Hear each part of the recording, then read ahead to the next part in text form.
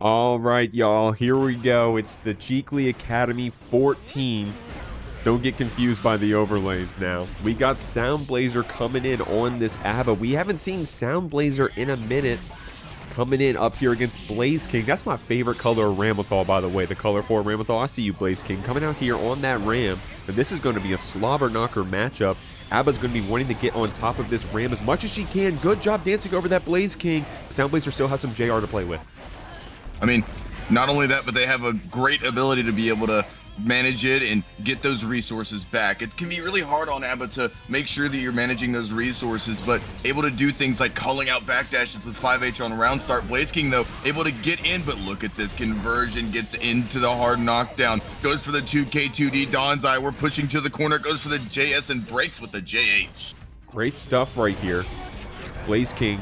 Yeah, you're going to have to hold that super. It can be quite annoying. I think that I've heard from Medikit before. Shout out to Medikit playing that ABBA. You got to do that jump back FD to try to make it less minus as possible. But it can be a hard one to deal with, man.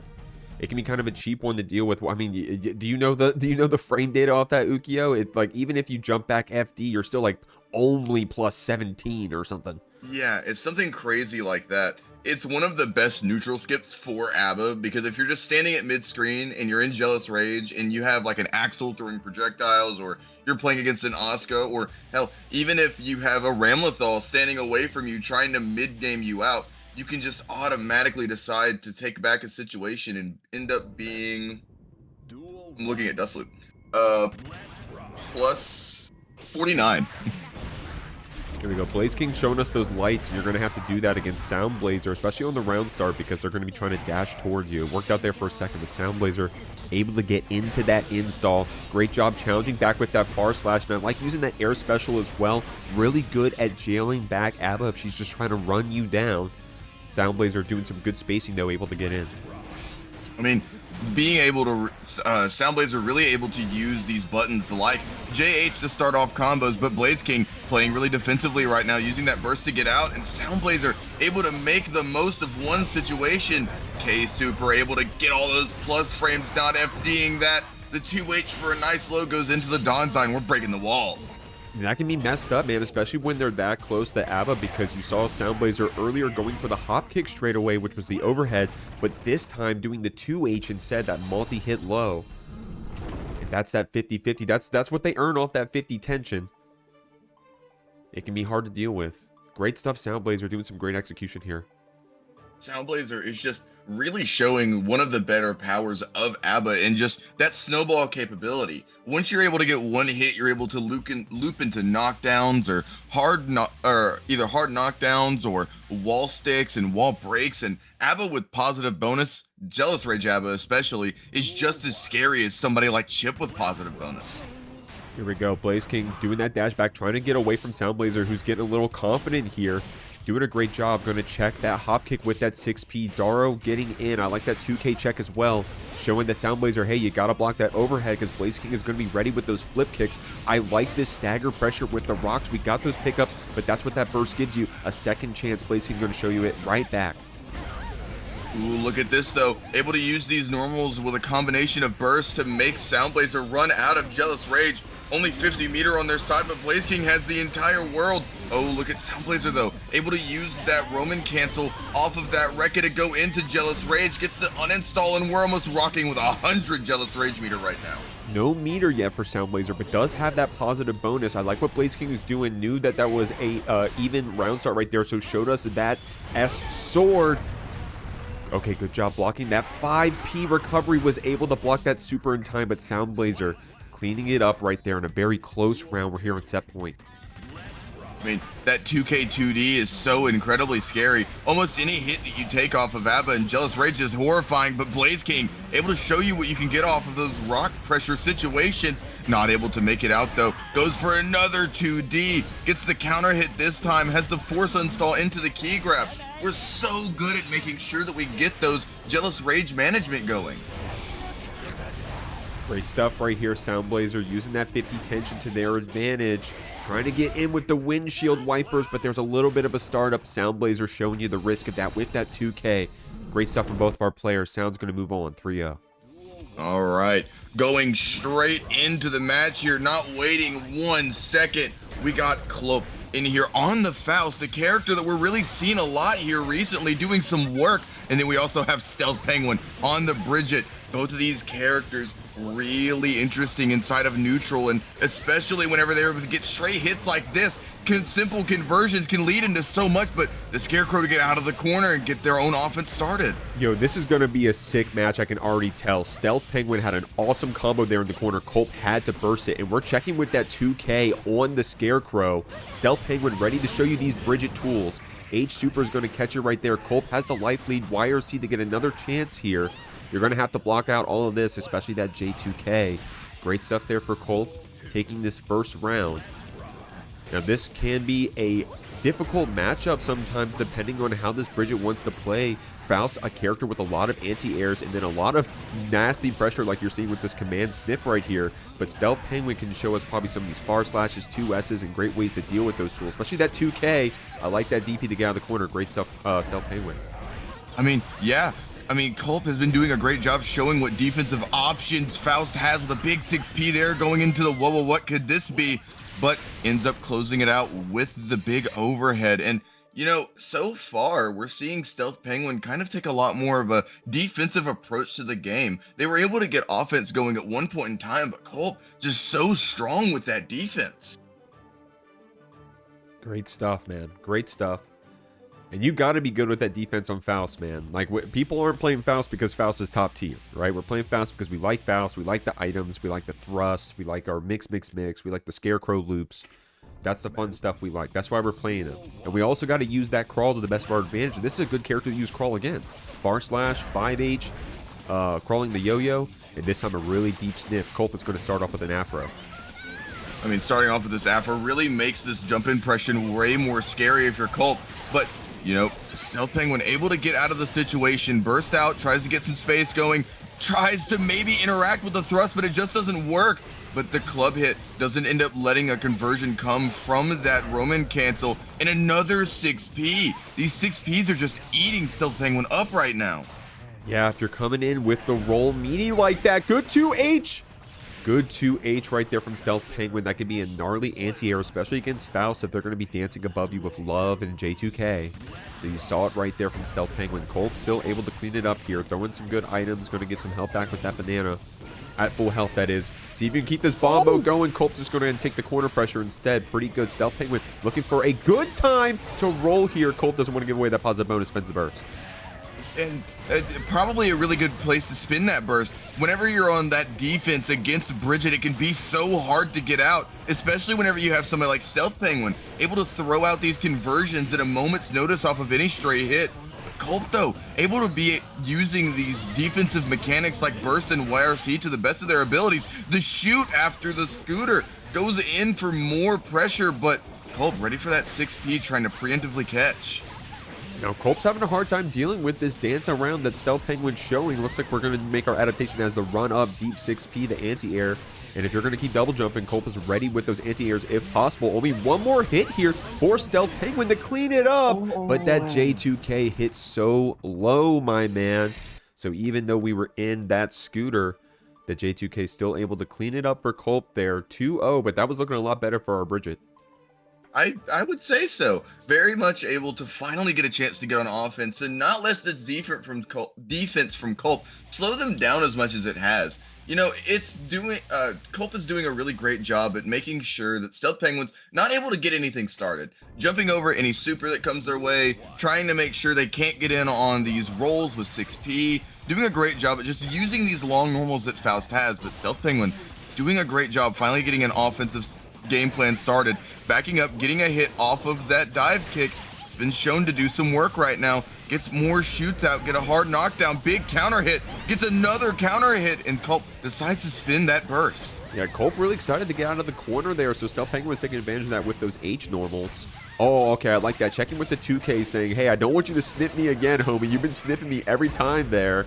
Culp wasn't ready for that punish on the break, so we were able to get a far slash hit there. A little scrambly, taking our chip damage back and forth right here. Stealthpenguin really likes that double jump back. Culp was ready for the anti-airs before. Not this time, though. Got you in the corner, Culp. So good at spending that YRC to get out of the corner. Unfortunately, not able to throw that meteor. Stealthpenguin getting around on the board, cleaning it up, showing us how strong that shoot can be if Faust is too comfortable throwing items. Not only are they able to really show how strong that shoot is, but they're also willing to show how strong these normals can be in a neutral setting. Really able to get that spacing out, but oh, Culp going in for the snip, snip, snip. Goes for the OTG into the explosion off the JD. Just getting so much pressure right now. Eating these different items, making this pressure so hard to get out of, and ends up taking that round in very convincing fashion. Great stuff, man. Dancing back away from that 2P. These characters have very similar 2P, so on the round start you can end up trading. So Stealthpenguin just doing the backdash instead. Getting this yo-yo set up, but Culp going back to what was working in that first game, showing you those anti-airs, that 6P. He's got a very front-facing hitbox, but pretty good against that Bridget roll. Got that Afro applied. Stealthpenguin said, hey, I don't want to hold this Afro pressure. I'm trying to DP out. Culp was ready with that JD, spending the burst to try to get out of this corner, but you called it out earlier, Ukio. Culp is so good at dancing over that super. It's really making a big difference in this matchup. Anytime that that Stealthpenguin tries to use the super, it just ends up getting jumped over, and Culp able to take this set 3-0. It's keep grinding. We've seen it before, man. We've seen it before. Those comebacks happen all the time. Literally last night, Clone lost to Winty. Shout out to those players. Oh, look at my kitten, by the way. Look at her. That's my kitten, Chili. That's my little kitten, Chili, right there. Hey, Chili. Oh, she's doing something else. All right, y'all. We got some familiar faces here on the screen. You got UberCheesecake. Man, we're both running these neon colors up here. UberCheesecake coming in, playing here on this Anji. At this point, I mean, if you didn't already know who Cheesecake was from the Grand Blue scene, then now you're going to know who Cheesecake was from the Academy. Been killing it recently in these top 8s. Right now, they're going to be up against TKilgannon, playing this ABBA, getting out of the corner with that gnarly counter hit, trying to go into this JR, and we're going to off the super. And look at how much rage they have. Goes up for a 2H, gets a Dawn's Eye, but the 5K doesn't end up connecting. Having to continue this pressure, and the parry super is going to end up taking us out of this round. Catching an errant button whenever TKilgannon tried to continue that pressure. And Cheesecake can kind of get away with that. Now, we did spend that burst, so we were running low on those resources for a second, but with the HP lead that high, with the tension that high, I said, hey, look, I'm going to do this parry. You got to do it early, got to do it often, those kind of mechanics, because you're going to earn that pressure for free now from TKilgannon, potentially. Right now, we're getting counter hit off of that hop kick, trying to get into this install. Going to convert off of, what is that? Is that the far slash? Ukio, you got to teach me. Far slash and 5H can be so ambiguous to me.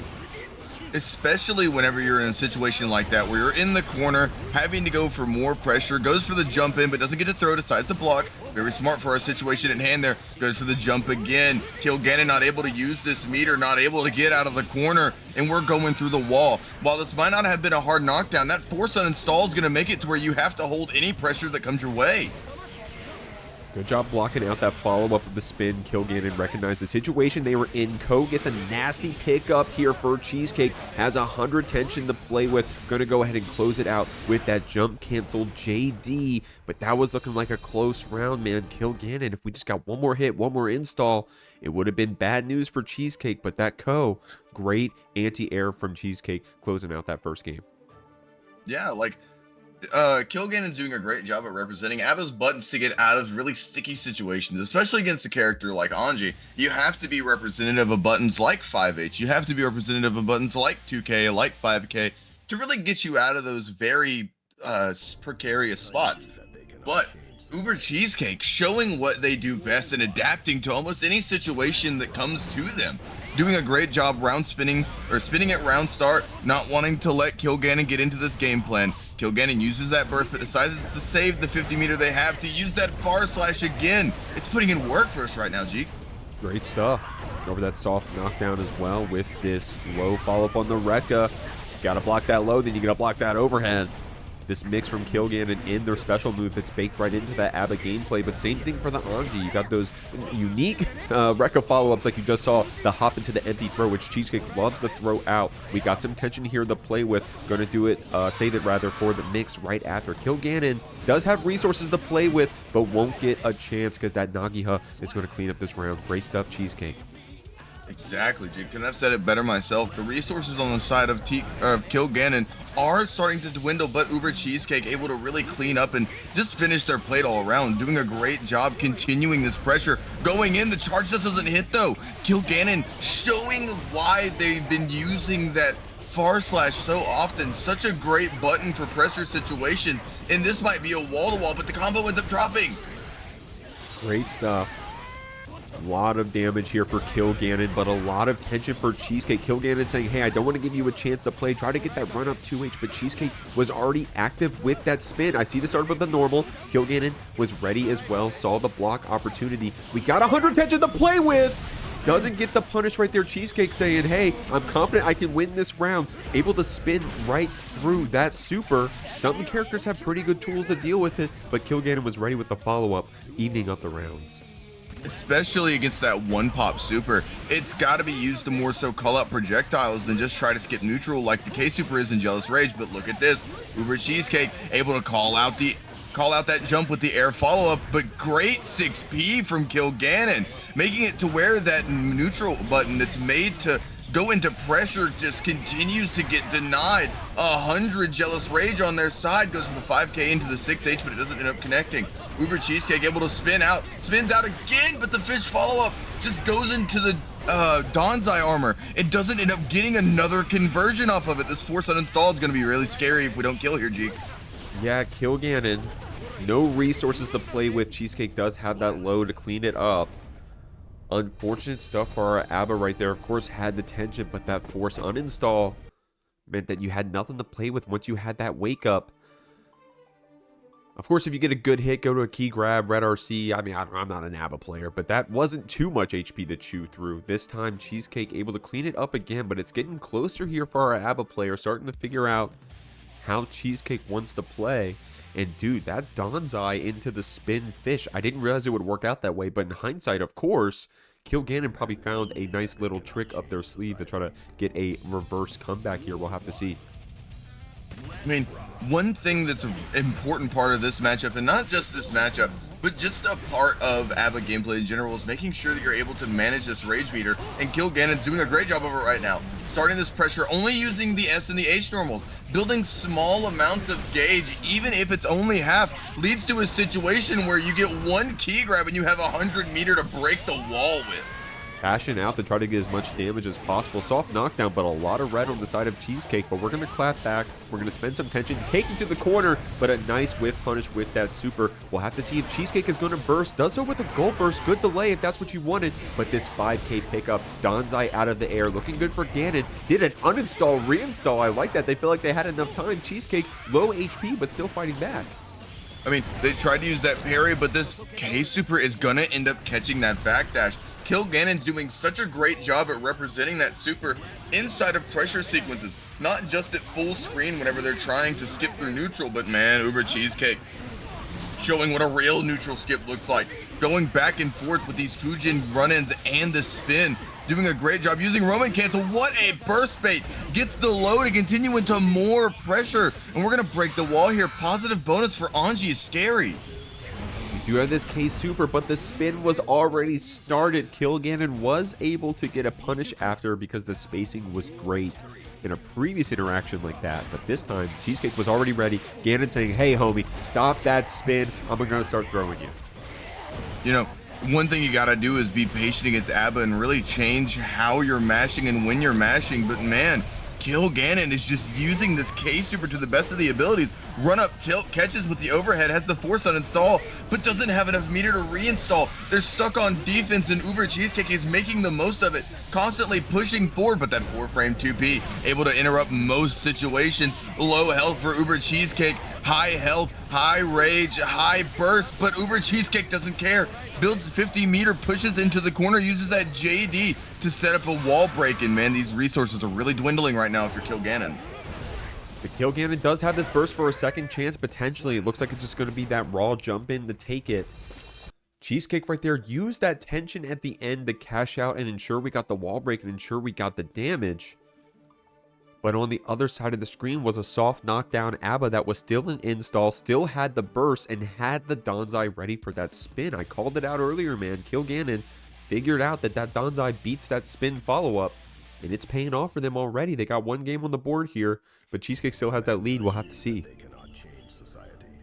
You know, so far, these adaptations coming out from Kilgannon are very great. Using the main one, using Donzai on that spin in to where UberCheesecake can't really get anything started, can't use any of the follow-ups. Even if they do parry that first hit, you're stuck between. Oh my god, what a charge dust. Really just throwing caution to the wind, showing this charge dust combo, but doesn't end up getting the finishing hit. Doesn't get the positive bonus or the hard knockdown on their side, and this looping stagger pressure is just so hard to deal with. UberCheesecake getting a perfect in that round. Great stuff there for Cheesecake. Pulling out that charge dust in this potentially last game, unless Gannon has anything to say about it. Starting off with that throw, saying, homie, stop spinning. Great stuff, though. Cheesecake going to get this reset off that Nagiha. Going to get you with this throw, or rather the counter hit on the close slash as well. Probably was trying to tech a potential throw. I like these force uninstalls, though, has been able to let us block these far slashes, but Cheesecake ready with this co like we saw in the previous rounds. Gannon has a burst for another chance here.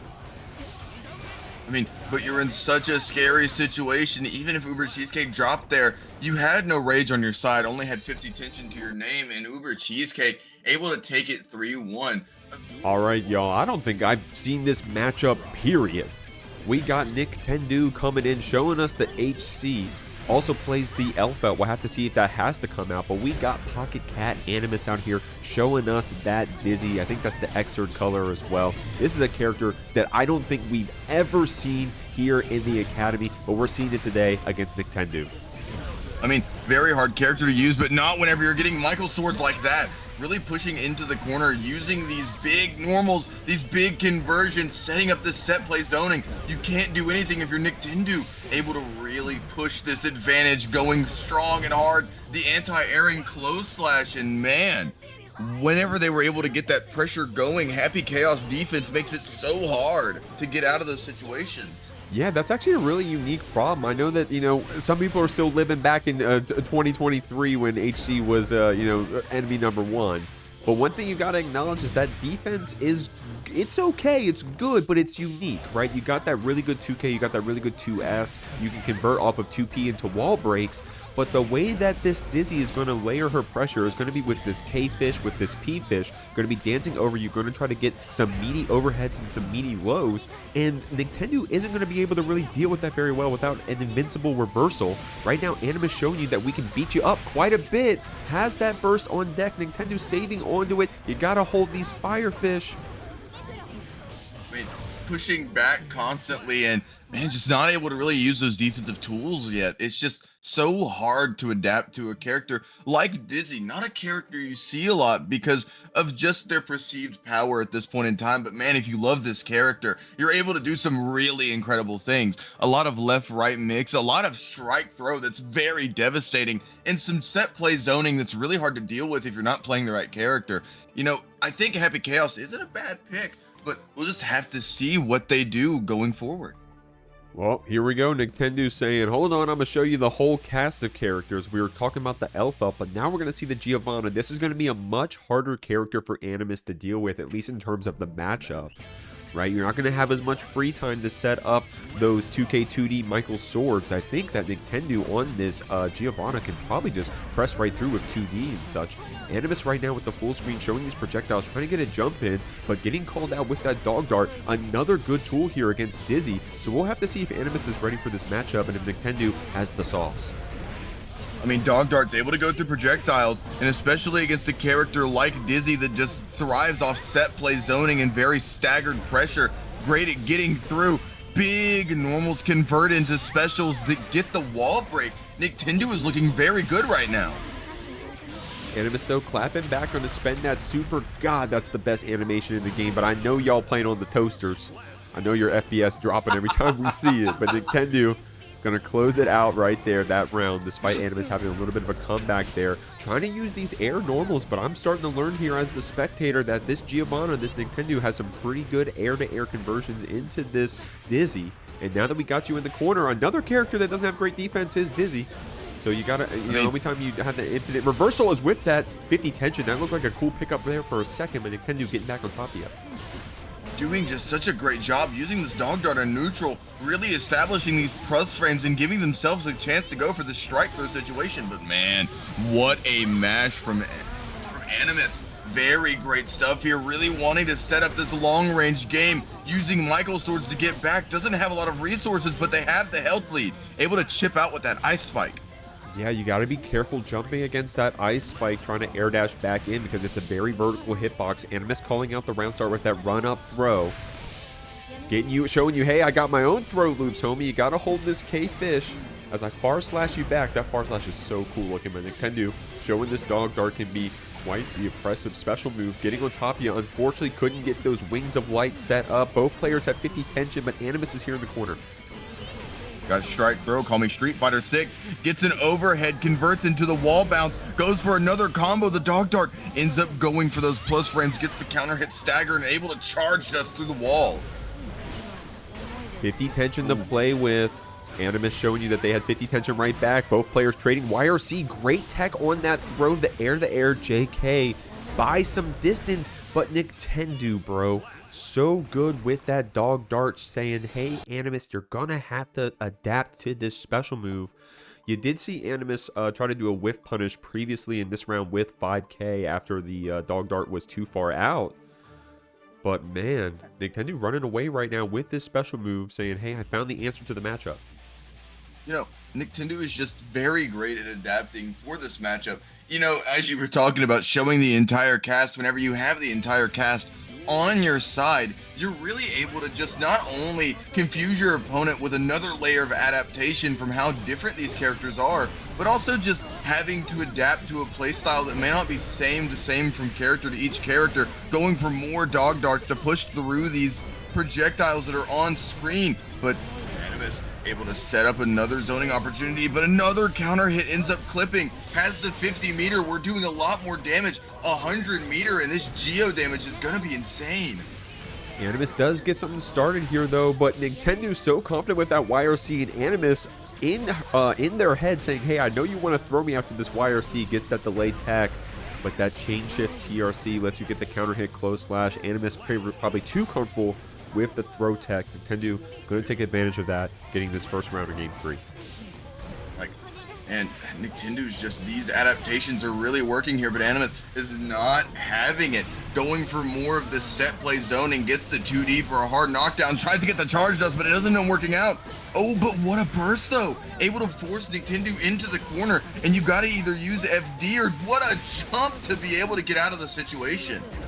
Man, Nictendoo doing a really good job staying on top of this Dizzy, bro. I called it out. This is going to be a really fast character. It's not going to give Animus a lot of time to get set up. You saw right there, just even trying to do 6H, which is a pretty big normal from a pretty good distance. Nictendoo was still able to close that distance, get on top of you with that dog dart. It's paying off for Nictendoo, man. And dude, if you got a few characters like that, apparently plays Elphelt. We saw the Happy Chaos pulling out the Giovanna right now.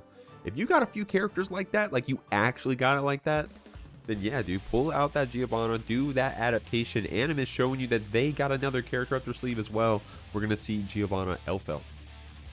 I mean, but you got to remember, Nictendoo plays Elphelt themselves, so they might have a great understanding for this matchup, but can never count Animus out. They have a game on the board for a reason, definitely able to make these changes and get these round wins. Someone in the chat said, who was it? JM Andrews. I was expecting the Nictendoo Elphelt. Yeah, same. So, I mean, shout out to Nictendoo. Apparently knows how to play this Elphelt, if not playing against it. We'll have to see. I mean, that's the thing, man. Sometimes we be playing these mirror matches against the characters we play, and it's like, damn, I really don't know how to beat my own character. So we'll see if Nictendoo can deal with this Elphelt, or at least if Animus has some new tricks up their sleeve. Has to go for the burst, forces Animus to be inside the corner, but what a 6P from Animus, really pushing into the corner, has the has the bomb vest super to push through the wall. Hard knockdown, and you have to take this mix. You don't really have a choice. The bomb goes over, gets another big hit, but it's not able to convert. Gets the gets the bomb over the grab and secures this round with a perfect. Yeah, these Elphelt rounds can be kind of quick, especially when she gets that first knockdown and then starts pine burying over your head back and forth. It can be nasty. Nictendoo didn't want to have to deal with it again, but accidentally pressed into that 6H. Animus going to get this positive bonus on top of you with the Lariat as well. It can be hard to deal with. Nictendoo saying, hey, I don't want to gas. I'm going to spend this burst. But look at that whiff punish with the 2K. Animus was doing it earlier with the 5K on Dizzy. Can show you that they can do it on the 2K with Elphelt. And now you got to hold this bomb vest again. Unfortunate stuff right there. It can be a hard one to press into. Animus pulled us to game 5. Made the correct decision in pressing on that neutral skip special, but it just not end up working. Having the bond vest to keep himself safe after the wall break is just so devastating. What are you supposed to do in those situations? You can maybe throw to get the invul, timer reversal super, or hopefully just block it out and make sure that you get this Elphelt mix gone. Yeah, that can be the, that's the price you pay for getting knocked down by Elphelt, but Nictendoo going to show us what that looks like, at least from their side. Shout out to the chat. Was it Red Dawn said, who was it? Someone said, hey, Nictendoo's got to lose this one so that we can see that Elphelt mirror, and here we go. Out of respect, that is. They weren't wishing on your downfall. They just want to see this Elphelt. Pineberry's coming out for Animus, getting these cross-ups. Both players traded their burst back and forth. Lariat's doing a trade as well. May see some similar options from both these players, but Nictendoo getting the pretty good counter hit right here. Crossing up, but the overhand gets blocked by Animus. Great stuff at first. Oh, wow. Big counter hit converts into more corner carry. Nictendoo has 100 meter on their side. Animus slowly draining off this health, but what a 6P, making sure that they're not able to connect, and we see mirrors of the past. Elphelt being that 6P magnet that she is. Yeah, I love that it was Animus 6Ping Nictendoo and Nictendoo 6Ping right back. The same side is going to be the mix. Going to get caught on that low of the Rekka follow-up.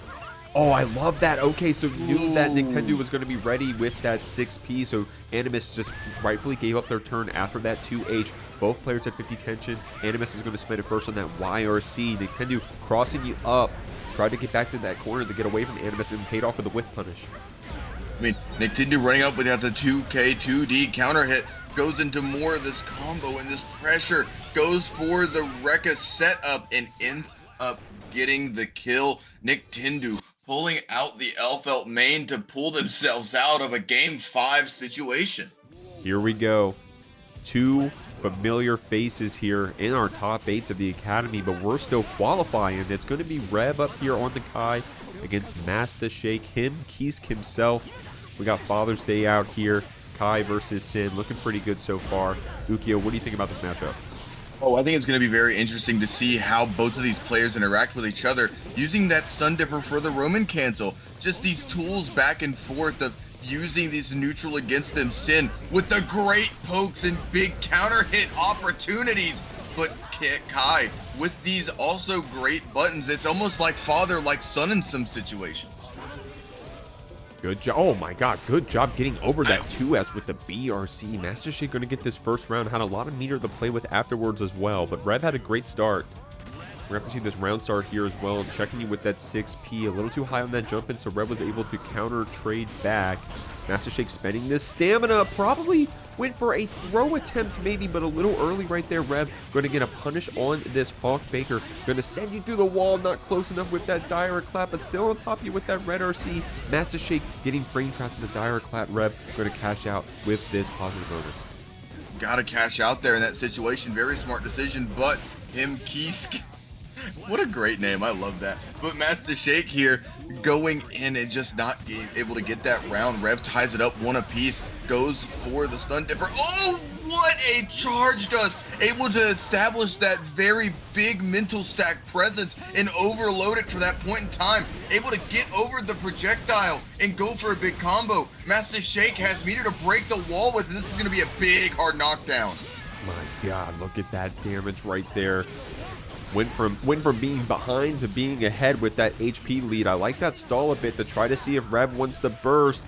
Red RC got the wall splat, but not enough to kill after Rev is only facing a soft knockdown right now, so that stun for Red RC is going to be a big pickup here against Shake. You got to hold that heavy stun edge. Tried to bait a Hawkbaker with that delay, but Master Shake used the BRC to slow things down, get out of the corner, and finish their food.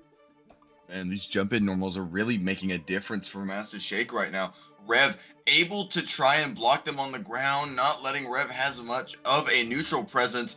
But whenever Master Shake is able to get into the corner or able to jump back and really intertwine these normals with these air normals with the mix that they're presenting, it can be very hard to block for anybody, and Rev's on the receiving end of it right now.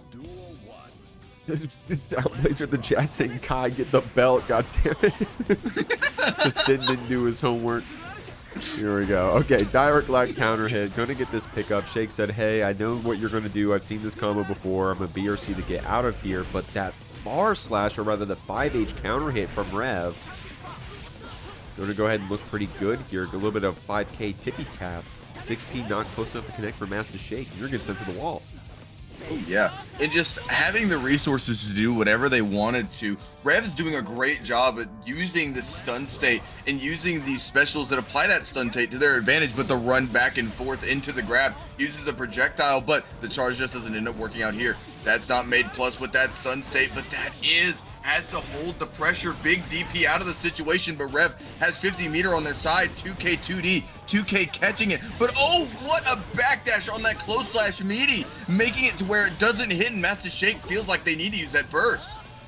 Man, it was gonna be deadly. Maybe not a kill, but a lot of damage. And Master Shake saying, hey, I don't want to give you that chance quite yet. I'm gonna spend that burst. Didn't have the stamina after to make that Hawkbaker wall splat, but it's gonna turn into a drop-table. A few more interactions actually pay off here for Master Shake as we clean up that round with a nice comeback. Great stuff. Yeah. Red is gonna get their burst first. We'll have to see if that comes up. Man, Master Shake right now is putting on a display of power. Rev going for these very delayed options, doesn't get this hit on in between the first and second hit of that DP, and able to continue their combos off of the burst, really forcing Master Shake into the corner. The projectile hits. We're getting a wall break here, but not enough meter to break with hard knockdown. Off the low on the landing. Rev did have that stamina, rather the Master Shake did have that wall splat off of that Hawkbaker. Rev gonna go ahead and cash out with this RTL. Has 100 tension to keep it safe. Gonna get that deep throw after. Master Shake does have a burst to play with. YRC is gonna be the first defensive mechanic we see. Getting on top of you with that stamina after the beak driver. Counter hit is gonna be a lot of damage. Both players only need one more hit. And it's gonna be Rev checking that orange wild assault from Master Shake. Wow, very back and forth there. Master Shake wanted to get in and enforce that gameplay or game plan with that orange wild assault, but just not able to make it happen. Rev so quick to challenge. It was literally one hit away for both players. Couldn't have been closer. Man, great stuff. Oh my god. And if you've been watching the Academy before, Rev is a player that brings it to Game 5 all the time. If he doesn't just win straight up, he's going to Game 5. If you're going to be beating Rev, it's going to be because you go through the gauntlet. So Master Shake, hopefully, if you're ready to win this one, you got to buckle in. And Rev, you got to be able to finish that food, homie. We'll have to see. Both players pretty evenly matched right now, but Master Shake may get the first wall break here. I mean, using that stamina to go in and get that low, converting into a combo, gets a clean hit on the Tyrant Rave. Not only going to do a lot more damage, but also going to get that hard knockdown. But look at this, Master Shake not having very many resources, only 50 tension to their name, able to get the DP out of the situation. PRC from the side of Rev to keep themselves safe, let them get that throw. That 2D going in for the hard knockdown, but Rev not having it, wanting to keep this pressure going. Uses that red wild assault of their own, gets the charge just, and Master Shake wants this round, has to go out, has the stamina to continue off the DP, but another very unfortunate situation lets Rev secure the round with a throw. Man, yeah, unfortunately couldn't keep that combo going with the close slash after. So Rev got that really deep throw right there. Master Shake, by the way, heads up play was holding that on blocking, right? Didn't just try to send a Hawkbaker or anything, because Rev's been pretty good at trying to bait that. Here we are in neutral right here. Master Shake does have the tension lead. It's going to pay off here. Rev is going to get their burst back. We'll have to see if they decide to use it here, or if Master Shake is even going to give them a chance, because you do have the 100 tension follow-up. Didn't use it there, but we do have it on the other side for some mix if we need to. Rev is going to get another chance with that DP, but Master Shake cleans it up with Hawk Baker follow-up. And you can really tell this is a father-son affair. Both of them using their own DP, just one ended up winning the round. What a big counter hit from Rev, able to go into the corner, but what a heads-up throw from Master Shake. Able to use this close slash to start this pressure. What a backdash. Uses the low to catch the situation, but Rev is so active with these backdashes, able to make the situation in their favor. Master Shake with some pretty good bursts as well, right? Like you just saw right there, just trying to not ever give away that positive bonus to Rev, saying, hey, if you're the Shoto, you're going to have to place it without the tension. But look, man, we're down to one more hit now. Rev is going to go ahead and close it up, finishing their food after getting that 5k red RC. But Master Shake as well, man, with that stamina, if we get one more good hit in that situation, we would have probably won that round. So Rev was on a clock, I'd say. Had to finish their food, had to get that game in, but that really high jump in turns into a back throw. Great stuff for Rev. We're going to game 4. And wow, what a close set so far. You can really feel the tension from these players. Both of them so active on defense. Rev using things like backdashes to get out of these not very active normals, and Master Shake really loving to throw out of these situations, use the spacing that they get from that backdash to go into a neutral skip option. Rev, though, deciding to burst, not wanting to let Master Shake get this very scary pressure. The counter hit, Dire Claw. Oh no! The burst has to come out from Master Shake. You don't want to be stuck in that situation against Rev of all people. I like this from Shake, using that stamina to get the Oki after that Hawk Baker. Rev showing you, hey, I got a DP as well, son. Stun Dip and Red RC, going to get a little bit of corner swap as well. Is that going to break? Oh my god. Great stuff, Rev. Going to get that positive bonus, but Master Shake does have some tension to play with. Going to spend it early on that BRC, able to slow things down, get that counter hit on the close slash. We're trading right back, bro. Oh, but no wall stick though out of that situation. Using this stagger close slash, gets the backdash, but this reversal super is going to catch it. Oh, we're in a low pressure, low health situation, using the Roman cancel, converting into the Wild Assault, and what a way to use your meter to put yourself on set point, Rev. Dog, now that was a combo. Holy moly. It was a lot of meter, but hey, you finish your food. Great stuff right there, Rev, getting the Twitter clip. Master Shake showing you how you can use that approach to get under the fireballs, but Rev able to get this Sacred Edge. Shock State applied. You're going to have to hold these Kai specials. Hawk Baker punish coming out. Shake was ready with that burst. Look at that use of run up 5k on that hard knockdown, using it as a safe jump in place of it. But Master Shake, you're on the back ropes here. Have 50 meters to your side, decides to use that YRC, but look at Rev again. Backdashing. Master Shake, though, able to get this hard hit here off of that counter, uses the 6H to break the wall, chunking that red off of Rev's health. What a jump though, but no, gets the grab anyways. The OTG misses a 50 side on the 50 meter on the side of Master Shake, goes back to neutral, doesn't want to compete with Rev in this neutral game, and that far slash able to close it out. Kai Keys putting belt to ass. Sound, you can hit the button whenever you want, Sound. Sound, you can hit the button whenever you want. It's okay. You also have a controller too, homie. You got, come on. You don't have to hit the button, Sound, but you could. It's okay. Here we go.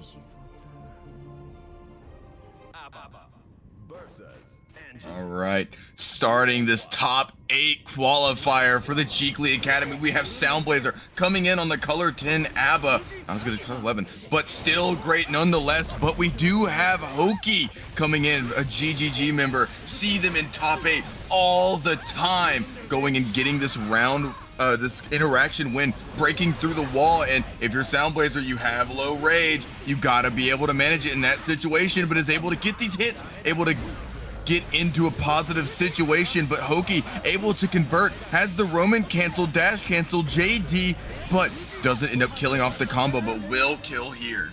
Yo, shout out to the chat. A call out to a previous match we had earlier. We had TKilgannon and Cheesecake, Anji, ABBA. If you're watching the VOD skipping around, you got to go back and check out that one. Probably going to be, I mean, I'm just going to call it now. It's going to be a completely different match because Hoki and Cheesecake play this character completely different, man. Anji I know it's got a very linear spin, right? You know, the Rekka can be somewhat linear as well, or at least on your first perception of it. But both these players use this Anji so differently. Soundblazer trying to show you that hop kick, but getting that block. Hoki tried to take that turn back, but Sound was ready with that delayed counter hit. Not enough to kill. We're getting low on JR, but we only need one more hit against this Anji. It's going to be on the round start. We're evening up the rounds. That 5H is a very, very important tool in any matchup. Really long button that's able to catch backdashes and just hits from such a far range. Able to compete in that neutral situations, but Soundblazer able to hold on defense, be steadfast. 2K2D Donzai has 50 meter on their side, goes for the jump. Jump slash heavy slash dust, but man, Hoki able to build that burst, able to burst out, gets the super confirm, and we're breaking the wall here. Gonna not only have a hard knockdown, but also gonna get force uninstalled. Gonna keep that jump in safe because of that. Red RC mix on top of you. Use that pin to reset your turn. Soundblazer getting picked up into this fan. That positive bonus gave us that tension back to spend the super again. Good stuff to Hoki. I gotta say, one thing that Hoki's pretty good about this Anji is always routing into that fan super for the most part. So we always have that hard knockdown on deck. And here with the positive bonus, you were able to just loop it again to secure that round. Good stuff to Hoki. But we did go to that last round. We gotta see some more play from this Soundblazer as they adapt. I mean, Soundblazer did a really great job at making sure they enforced that pressure, really calling out Hoki's ability to really fuzzy, do all these high-low setups, and it can be very hard to block. It can be hard for anyone to block. That's why it's so important for Hoki to be steadfast on defense, to really be patient and not let Soundblazer's pressure get to them. But that's easier said than done, especially against the Jealous Rage ABBA. Trying to do that forward movement right there. Hoki showing you how that spin can deal with some of these, RPS against ABBA. Of course, once you get into that JR, we were seeing earlier from TKilgannon that Donzai can be a pretty good answer to that spin. Right now, we're going to use it for combo fodder. Going to catch you on that overhead. Hoki was doing a good job of blocking it earlier, but this time getting caught on that backdash on a pixel. Soundblazer has the force uninstalled though. Only need one more hit. Even in Baby ABBA, it can be kind of scary. You got this FD ready, Hoki. Only one hit on that super. And then we're going to close it out. Was that the far slash? Man, I got to learn my ABBA buttons. Yeah. That's far slash there. Does reach pretty far, but in normal mode isn't as great as it is in Jealous Rage. All of her normals do get that crazy buff, as we've seen so far. Soundblazer able to use them to the greatest potential, but Hoki being a lot more patient, staying back, making Soundblazer flail inside the corner, gets the Fujin into the low, Roman cancel, ends up breaking the wall, but has the positive bonus and almost 50 meter on their side. Soundblazer decides that they want this round, decides that they need to use the burst, and now you're locked down in the corner versus Hoki's Anji pressure. Bro, Hoki almost picked up that really high hitting code. That was about to be sick right there. Not today, but we still get the round. Gonna have to spend that burst immediately. So Soundblazer gonna keep beating you up too. That's unfortunate, man. It always feels bad when you throw that burst and then get hit again. That was a weird interaction. Soundblazer crossing up with the hop kick there for a second. I don't even know what happened. Did the uninstall, reinstall, trying to get some of that JR back, and it's gonna pay off. As Soundblazer tries to finish their food, but Hoki's ready with the parry. Gotta parry in that situation. Man, it makes it to where you don't have to be so enthralled in that mental stack. YRC out has the 2K to end up closing out the round and ties the set up 1-1. You know, one thing I'm seeing is Soundblazer is really diversifying this offense, making it so hard for Hoki to be able to predict what's happening. And I think that's why Hoki threw out that parry. It's so hard to be able to tell what side Soundblazer is going to hit on with this just ambiguous cross-ups and mix in general, that they had to throw out something to let themselves get back on offense. And it worked for a time, but Soundblazer just able to get out using that YRC and just solid defense overall. Shouts to Ganyon in the chat. Ganyon playing both these characters, by the way. Loving that, Ganyon. How you doing, my man? Rev said, the Hoki parry, it's going to get you at least once, I swear. Yep, it's going to, man. And if Hoki wins this one and gets in that top 8, you're going to be seeing that parry a lot more. Soundblazer, you going to spare us from that? No, I'm kidding. I'm just joshing. Going to spend that burst, going to shoot you back a bit, going to get you in this corner. Going to keep that jump in true after with that 2K. But Hoki was ready with that 6P. We're getting some FD blocks out from Sound. Oh, I like that as well. Getting that counter hit on the close slash means that Soundblazer was ready for the throw after the hop. But Hoki diversifying their offense as well. You know, doing a really great change to this pressure now. Doing Fujin into Fujin, has 100-meter and burst on their side, but just goes in, cashes in that mental stack and gets the throw.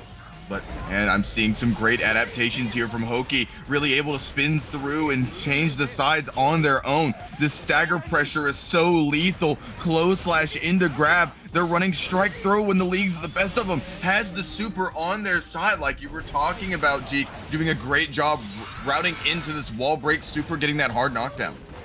Oh man, that one is messed up, doing that fake JK throw. A few characters have approaches like that. Hoki's showing that he's ready with his on the Anji. Soundblazer was having a little bit more time to play there at the end, but it was checkmate. It looked like Hoki with all those resources with that positive bonus. Looking pretty strong there. Good block, by the way, on that gold burst, but of course not being able to punish it anymore. I think you can like jump IBFD it, I think, and then get a punish. I don't know how to punish gold burst anymore. I'm gonna be real with you. It can be a hard one, but like I said, man, with all that advantage, with all those resources, Hoki earning that game. We're going to the fourth one. I mean, gold burst is just such a hard thing to punish in general. I believe it's -2 or -3, something like that. Yeah, something crazy like that. Something crazy like that. Hoki like saving this tension, by the way, for the supers for the wall breaks. We'll have to see if he's doing so here, if he's going to use it on some Nyx on the approach. Going to use it on the red RC to get the wall break here. Soundblazer, unfortunately, going to get not force uninstalled quite yet, but low on that blood. Going to have to use this PRC to block it out. Not going to be able to... Oh my god, I didn't think we'd be able to get a punish, but great stuff there, Soundblazer. Hoki getting beat up a bit. Does have some tension to play with. You got to look out for that Hoki parry. I'm calling it. I mean, 2K2D is such a crazy tool in this matchup. 2K automatically can lead into another mix, being able to be special canceled into tilt. But no, wow, not taking advantage of that -15 wreck on the side of Hoki. But man, look at that slingshot off of tilt. Really wanting to get inside of Hoki's face, but now has to use the burst. Doesn't want to get stuck in Hoki pressure. Very scary situation. Has the force uninstall on their side, but oh, they trade into the air. Soundblazer really wanting to enforce this pressure, but Hoki with the run-up throw able to put themselves on set point. Man, Hoki betting it all on throw, man. There's no justice. Oh, sorry, I did the replay soon. No justice. Hoki, great stuff. Get inside of Soundblazer's head, man. Going to keep you pushed back here, spinning right through that approaching normal from Soundblazer. Hoki is taking advantage of that, has the tension after they cash out into the super. Ukyo, this is going to be a lot. It may even just be enough to kill. Of course, I had to say something. We got another interaction. Abba has top 6 health in the game, is really able to take a risk, but man, Hoki able to jump in and get that perfect sound. All right, first match of this winner's side, top 8 of the Jeekly Academy, number 14. We have UberCheesecake making it through the bracket on this Anji, and we have Squish coming back with this Jacko, very prevalent right now, really showing out for the character, but UberCheesecake able to get in, get this throw going, really starting this mix, hits with the low, goes for a combo, and Squish doesn't want to take this, really doesn't want to be in that UberCheesecake mix, able to enforce this mix of their own, get the bot set up, goes for a shimmy, but it isn't working out. UberCheesecake so patient on defense right now. Like what I'm seeing, getting this throw set up. Gonna make you hold that projectile. Squish playing that Jacko is also gonna make Anji hold projectile, so you're gonna have to be careful on the other side of things. But this time you're gonna be Cheesecake taking that first round.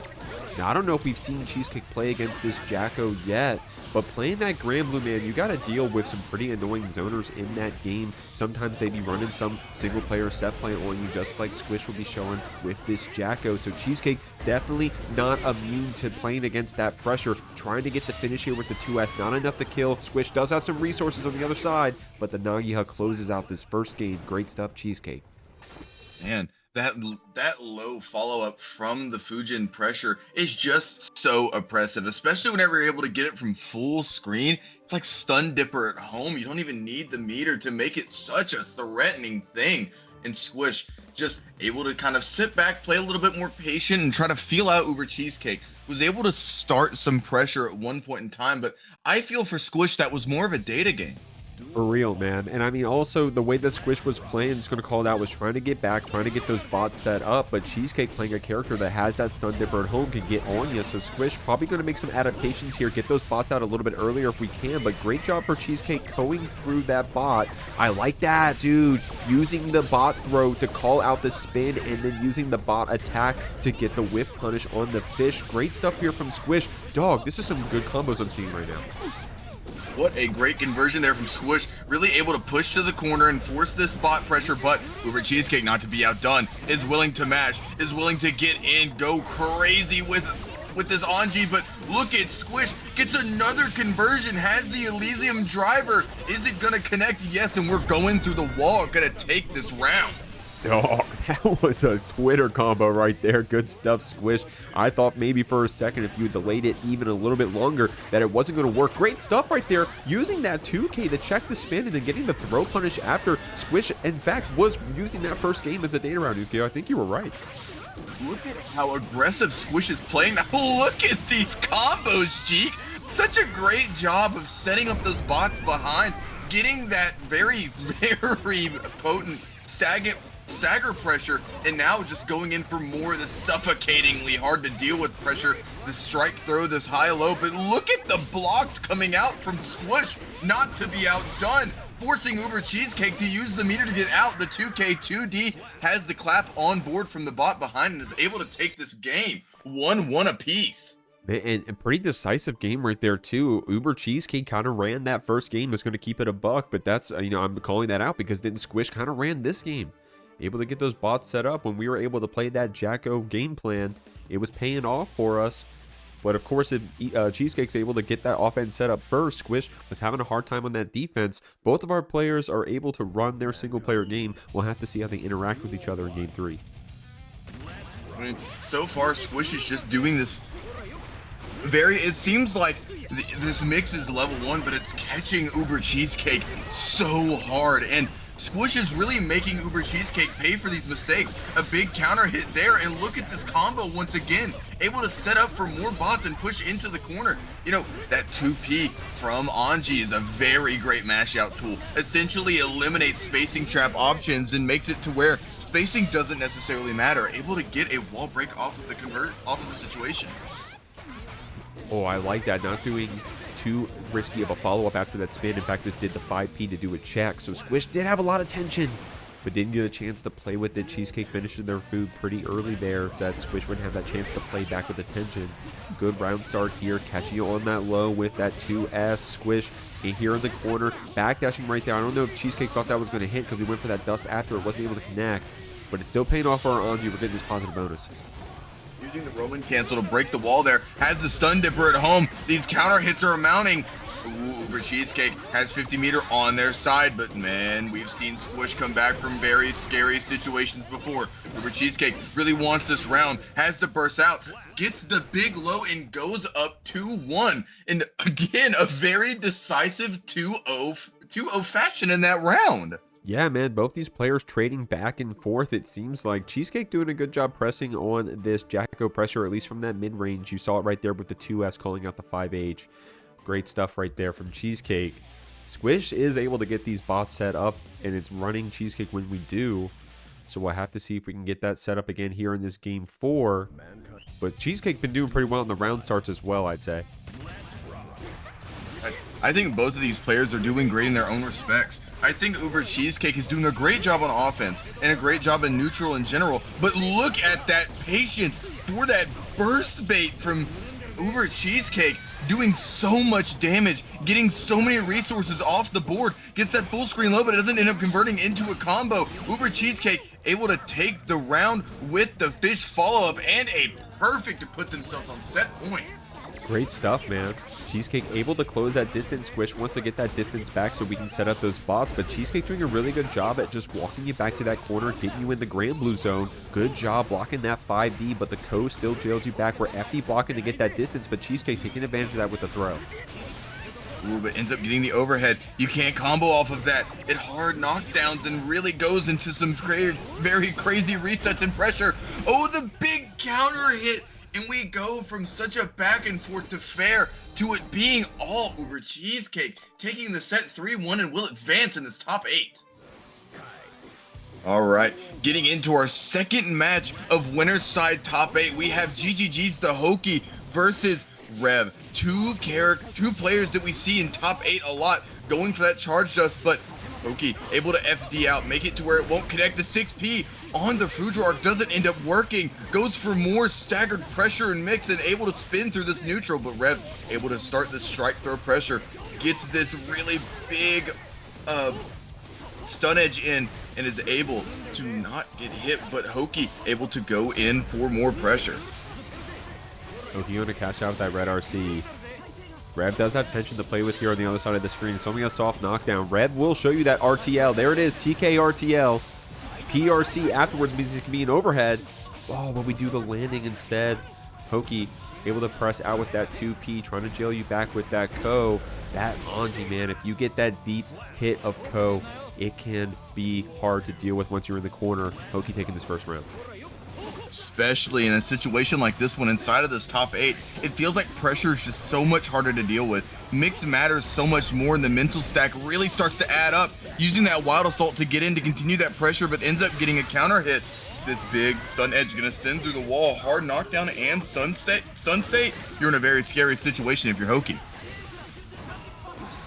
Able to spin through. Great answer right there. Normally, players don't have a way to deal with that fish follow-up, but of course, if you got that Vapor Thrust, it'll help you out. Oh, I like how Rev went for that burst bait for a second. Hoki in another academy, in a previous academy, may have sent that burst there, but not any longer. Hoki, too smart of a player now, able to save that burst for this situation. Rev is going to get theirs next.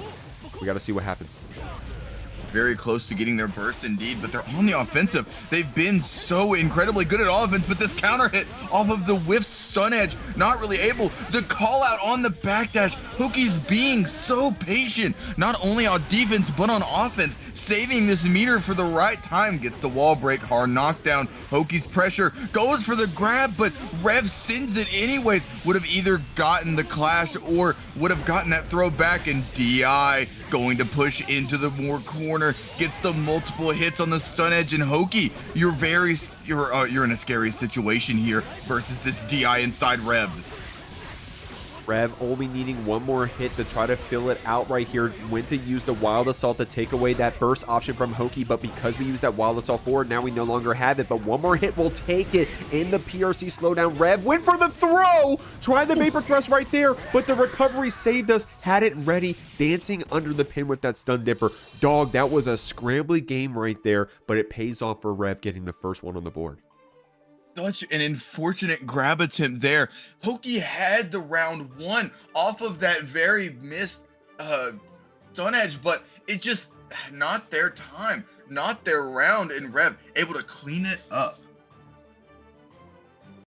Spaghetti all over the floor. Yep, Shake is right. We got spaghetti falling out of these pockets, out of these fans right now. Out of Kai's awesome coat. What a cute Prince of Illyria. Did I just say that? We're going to the game 2 right now. We got to see how Hoki starts off here. Going to go ahead and do that spin. Rev already ready with that throw. Charge dust coming in. Rev the only one showing us these charge dust tonight, but both of them getting burst by his opponents. You know, getting that burst out from Hoki, a very important tool in this matchup, has that stun edge once again to get through that fish follow-up. Hoki can only do so much whenever their best tool to establish his pressure is getting PRC DP'd. But oh no, Rev is way too antsy on defense now, throwing out that DP, and Hoki making the most of it, not having 50 meter to break, but does have burst and building tension on their side. Using that 2P to mash. Rev, very confident that we're going to take this round. Going to start you off with that RTL. Red RC, but the YRC startup was visible by Hoki. Rev wasn't ready with that punish back. Going to get that counter hit with the JS. Hoki is going to burst this, saying, oh my god, I'm going to take you with this Nagia from home. Going to spin through these stun edges, but not through that second one. Try to do the 6P. Rev, going to get that round and Hoki's burst. Man, wow. Using burst in that situation is such a risky tactic. You really want to get this round, but Rev is making it hard for you, DPing you out of this pressure starter, of these pressure sequences. Oh no, the big projectile into the charge dust combo gets the positive bonus, and pressure is just mounting more and more for Rev. And Hoki, you gotta do something special here. The DP ends up coming out once again. It just seems like everything you do is getting baited out. The Hoki adapts, not wanting to let that DP hit them again. Another cross-side DP, but Rev able to get the throw and close out this game, going up 2-1 in the set. Dude, I hope the replay caught it, because this is why fighting games are so fucking cool, bro. Look at this. So Rev right there getting the DP on that interaction, and Hoki immediately after is like, all right, dog, I will show you the answer. I will show you I can block it. Like, that's, dude, that is so sick that we were able to see that back-to-back like that. That's why fighting games are cool. Rev up 2-0 right now. Hoki playing really strong, though. We'll have to see what else we have. It's so like, Hoki has their back against the wall right now. Rev is doing such a great job at applying this high pressure strike throw, and it just seems like they have the answers for every bit of pressure that Hoki tries to put forward. But Hoki definitely not out of it yet, showing that they can adapt, and even in that clip you just showed us, Jeek, really able to adapt at a quick step of a moment. This set is not over. TKilgannon, thank you for that follow, homie. Bags, J Fitz. Appreciate those follows, everybody. You're having fun here watching the Academy. We're still on the winner's side. Hoki down right now, but not out against Rev. Getting that gold burst set up, but we're spinning through that Fudra arc. We're beating you up. We're getting these projectiles started. Great block on that overhead from Rev. Hoki saying, I want to keep playing. I want to go ahead and burst through, but Rev already grabbing these spins here in game 3. It goes for the immediate projectile to start this pressure setup, but not going to continue. Uses the fish follow-up again, calling out that Rev would not DP. Oh, but the fake safe jump setup. Tries to go for the grab, but Rev is the one who ends up getting it. Gets the overhead, and we're only continuing our pressure more and more, starting to mount. But the butterfly ends up getting the punish on the DP whenever that's not what Hoki wanted. Hard knockdown, baits out the grab with a shimmy, and Hoki is still alive in this set. Dude, that was sick from Hoki. I'm going to keep it a buck. Was able to beat that DP with the projectile. Was able to whiff punish that attempt from Rev on that close slash. And then also got the shimmy throw, bro. Man, you got mixed up 3 times in a row. Rev answering back saying, no way you're going to disrespect me like that. Get this hard knockdown with that Sacred Edge. That active ass 5K, bro. You know it's 8 frames, by the way, right? Check that dust loop, y'all. Hoki holding on to this burst wisely. Not enough to kill. We got to see what's going to happen. I mean, this Vapor Dust, though, does end up setting up for, oh no, Hoki uses the super in a situation where it didn't end up catching, and Rev able to put themselves on set point with a perfect. Great stuff. I was actually kind of scared that maybe the heavy Sun Edge wouldn't have been fast enough, but hey, that's what worked. Hoki has their burst. Rev is about to get theirs as well, though. Unfortunately, doesn't get the second to use it, so the positive bonus will go to Hoki here. 6P'ing you through Nagi Hut. Oh my god. Oh, dog. That was just so unfortunate for Rev. Hoki just really leveled up in that last round, dude. So aware and so forward thinking inside of their pressure. Stays patient, doesn't let the moment get to them, and is willing to bait that burst, and really is right there. Had that pressure constantly layering on, and we just traded perfect for perfect. Hoki putting a game up on the board. Great stuff, man. But trading that perfect for perfect, you know, it's just proof that both these players are ready to fight against each other. Hoki definitely not a tilt player, at least in my opinion. Neither of these players really are. That's one really cool thing about the Academy, y'all, by the way. None of y'all really tilt. A lot of y'all, like, you always are ready to win. You're always ready to adapt. Just like these 2 players are right here. Able to get that full charge 5D, man. Rev has gotten what? It's been 3 of them tonight. Hoki spends that burst to avoid giving away that positive bonus, but then we go back to neutral here. Rev is able to get these shock states applied. being so incredibly patient, not wanting to spin through any of these Fujin into Fujin. Goes for more pressure setups, gets the low, Roman cancel, goes for a combo, only resets into more pressure, goes to reset with needles, going for more incredibly scary mix. The DP gets baited out by Hoki, and this patience is really paying forward, but doesn't use the meter to break the roll. Roman cancels into another hit instead. Oh my God, what an what insane backdash from Hoki right there, bro. By the way, Hoki did just get that last game. I forgot that did score. I apologize. 2-1 here. Hoki up in rounds. Able to block out that DP. That is one thing about Rev, man. I'm going to call it out. Rev really quick to use that DP. Very liberal with it. But it's to his advantage for the most part. Hoki's just catching on right now. Doing a very great job at adapting and really chunking health off of Rev right now, making it to where these button presses aren't really amounting to much of anything, but gets hit with the projectile on wake up, and Rev able to get this conversion, goes into the DI, is going to end up breaking the wall. Hard knockdown with DI on your side. How do we deal with this if we're Hoki? Well, YRC is a good start. Going to be able to get through that heavy stun edge despite the install. Nagia at home is going to finish it up. Rev did just get his burst back on the very last hit, but you're going to have to bring it into this game 5. You know, saving it for next game, and I respect it. In a set like this, you're really having to grind for any single advantage you can get, but Rev there just not able to gain one. Hoki able to push this pressure and advantage so incredibly fast that Rev might not have a chance to respond or adapt, and it's really showing, putting us to game 5 when Hoki was down at 2-0 one point. Here we go, man. Shouts to the next match, by the way. Spoilers. Here we go. Getting called out by that spin, but Rev was ready with that DP. Like I said, Rev very liberal with that DP, but usually to his advantage. Hoki with that very far-reaching 2S. Rev extended their hurt box and got called out for it. Got the start of that spin. Hoki has to spend the burst. We are in the corner here. Unfortunately, wasn't able to get that anti-air on the Fujin arc. Hoki's been good at it before, but not this time. Uses that Ride the Lightning to extend all the way to the corner and break.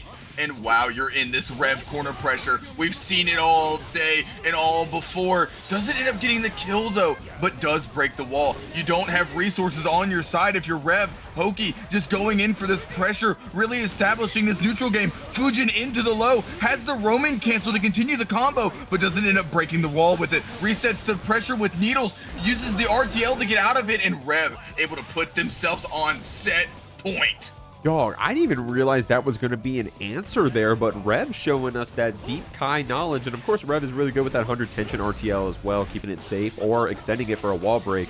Hoki right now going to press you back with this 2P. Didn't get that follow-up with the overhead, but we do got Rev here in the corner. We're spending that burst to get out of the corner with this wild assault. Hoki dancing around, catching us with that 2S, or at least attempting to. It's been paying off for the most part. Going to get this burst back and push Rev out of the corner. We're going back to neutral. Hoki wants to use this burst, and honestly not a bad one at that. Really wants to keep this pressure going. So patient on offense. Wants to catch Rev trying to press a button, and does. Gets the low into the bait on the throw. Builds the burst as they're stuck to the wall, and we're on final game, final round of this set. Hoki's been doing a good job with these shimmy throw attempts on Rev. It's been paying off, and that's why we're here in this game 5. Great job delaying that burst to get Hoki into the corner. Ko gets called out the first time, or rather gets dodged, but the second time gets a pickup for Hoki, dancing back, dashing back to avoid that DP, possibly using that 2S, the zone from a distance. It's paying off, not enough to kill. Rev does have 50 tension to play with, but we got a lot of HP to climb through, starting off with this throw and the spin. Run up throw, very scary situation for Hoki here. The DI is such a powerful tool for Kai. Ends up getting the meaty fireball, and look at this combo corner carry. Gets the wall stick, has to use the stun edge once again, but Hoki, all the resources on their side, decides to use the burst, gets the fish, and we see it! The stun edge again, the grab on the run up, and what a comeback inside of DI from Rev! All right, y'all, down here now on the loser side of the academy, but these are no losers on the screen. We got some killers out here. Soundblazer showing us an awesome ABBA all day today up against Master Shake on this Sin. If you saw, I think we had Master Shake earlier in the VOD. You got to go back and check out that Sin play. Of course, if you've seen the Academy before, you've definitely seen this Master Shake be cooking up here in the Sin. Soundblazer, an OG Academy player. Oh, Soundblazer, you're going to have to remind me which ones you came in for. But here they are on the Academy 14 on the loser side of top 8. Ooh, using this reversal super though, not wanting to get stuck inside of that pressure, gets the tilt into the close slash, but gets force uninstalled once again. We've been seeing that like their gameplay all day. These force uninstalls, but it's not mattering to them. Goes in for the meaty 2H, but it doesn't matter. Able to get this pressure out with that DP. Master Shake gets a throw on the force uninstall, has the Roman cancel, but doesn't end up getting the corner carry. Ooh, nice counter hit right there. Able to convert the second hit of 6H after. Good stuff right there, man. Master Shake with a really strong play. Soundblazer with a good block string. Master Shake didn't have the tension yet to FD it out, so we were able to stay on top with that plus frame key grab. Gonna turn this one into a wall break. Uninstall, reinstall, bro. Soundblazer has some really good routes to manage that resource. Exactly. They're really showing it right now and doing a great job, especially whenever they're ending off their combos. Gets the low, goes into the close slash 6H. This is going to be a lot of damage, and we're trading rounds back and forth, and this snowball from Soundblazer able to get that perfect. Good stuff, man. Now, both players do have bursts here. Master Shake waiting a second. Doesn't want to get theirs baited. Great stuff. Spending that stamina to carry Soundblazer all the way to the corner. And if you're not in that install, you're here in the corner, you don't have tension for YRC. It's not a good situation to be in. Red RC slows down the situation. You can see that burst coming. Master Shake gets the bait. Master Shake showing why they have the name him Kisk right now, doing such a great job defending. Look at the way they're able to block this ABBA, but the K super is going to end up coming out. You get the mix, you get some very great pressure off of it, but the backdash has no meter on their side, but the person who does is Master Shake. Has the meter to convert into a combo, gets the 6H to send through the wall, and Master Shake taking game 1. Dude, Shake Zula Mike Ruler right there, showing you how you can use that advancing low to get under these big buttons from ABBA. What is that the far? That's the 5H right there, I believe. Able to dance under that with that advancing low and finish the round. Good stuff for Master Shake, but I mean, I don't know. I think Soundblazer was our ABBA who was getting those data rounds earlier on, so maybe this is one of those data rounds again. We'll have to see. I mean, nothing wrong with using games for data. Not only are these games data, but health is a very important resource on both of these characters. More so on ABBA because she has to risk so much to get in, but Master Shake showing what it's like to be on offense, showing what it's like to really not be able to get out of these pressure sequences, going for the stagger pressure into throws, but doesn't have any more stamina, but that doesn't matter. Goes for the overhead, has the Roman cancel, able to break the wall, and has some resources on their side to boot. ERC to get some distance here. Going to go ahead and install with that burst. You got to hold this K super. If you're dancing around too much with that backdash, you're going to get caught by it. And I also like that same side mix from Soundblazer, but Master Shake is going to get this next hit. You're going to get this force uninstall, or you're just going to die. My God. Master Shake getting this first round for us.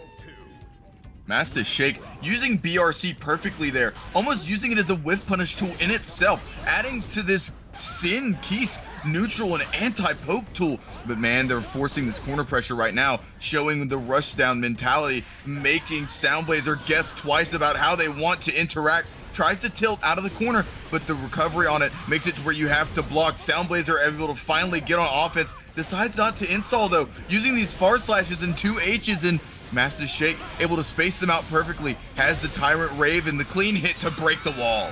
Oh, man, Master Shake is here in a beginner's bracket, bro, but goddamn, the way they play Sin, they be farming my ass right now.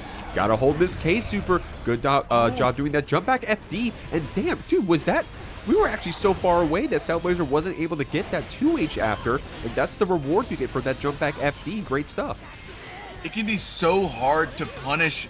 It can be so hard to take advantage of your plus frames whenever somebody is willing to jump back FD. It makes it to where not only they're able to get back to the ground to use something like a backdash, but also makes it to where ABBA just can't get in as easily. But look at this, Soundblazer not afraid, gets the counter hit JH, what a big combo starter, gets force uninstalled, but able to go into more. 2K2D goes for the empty jump Donzai and ends up getting around.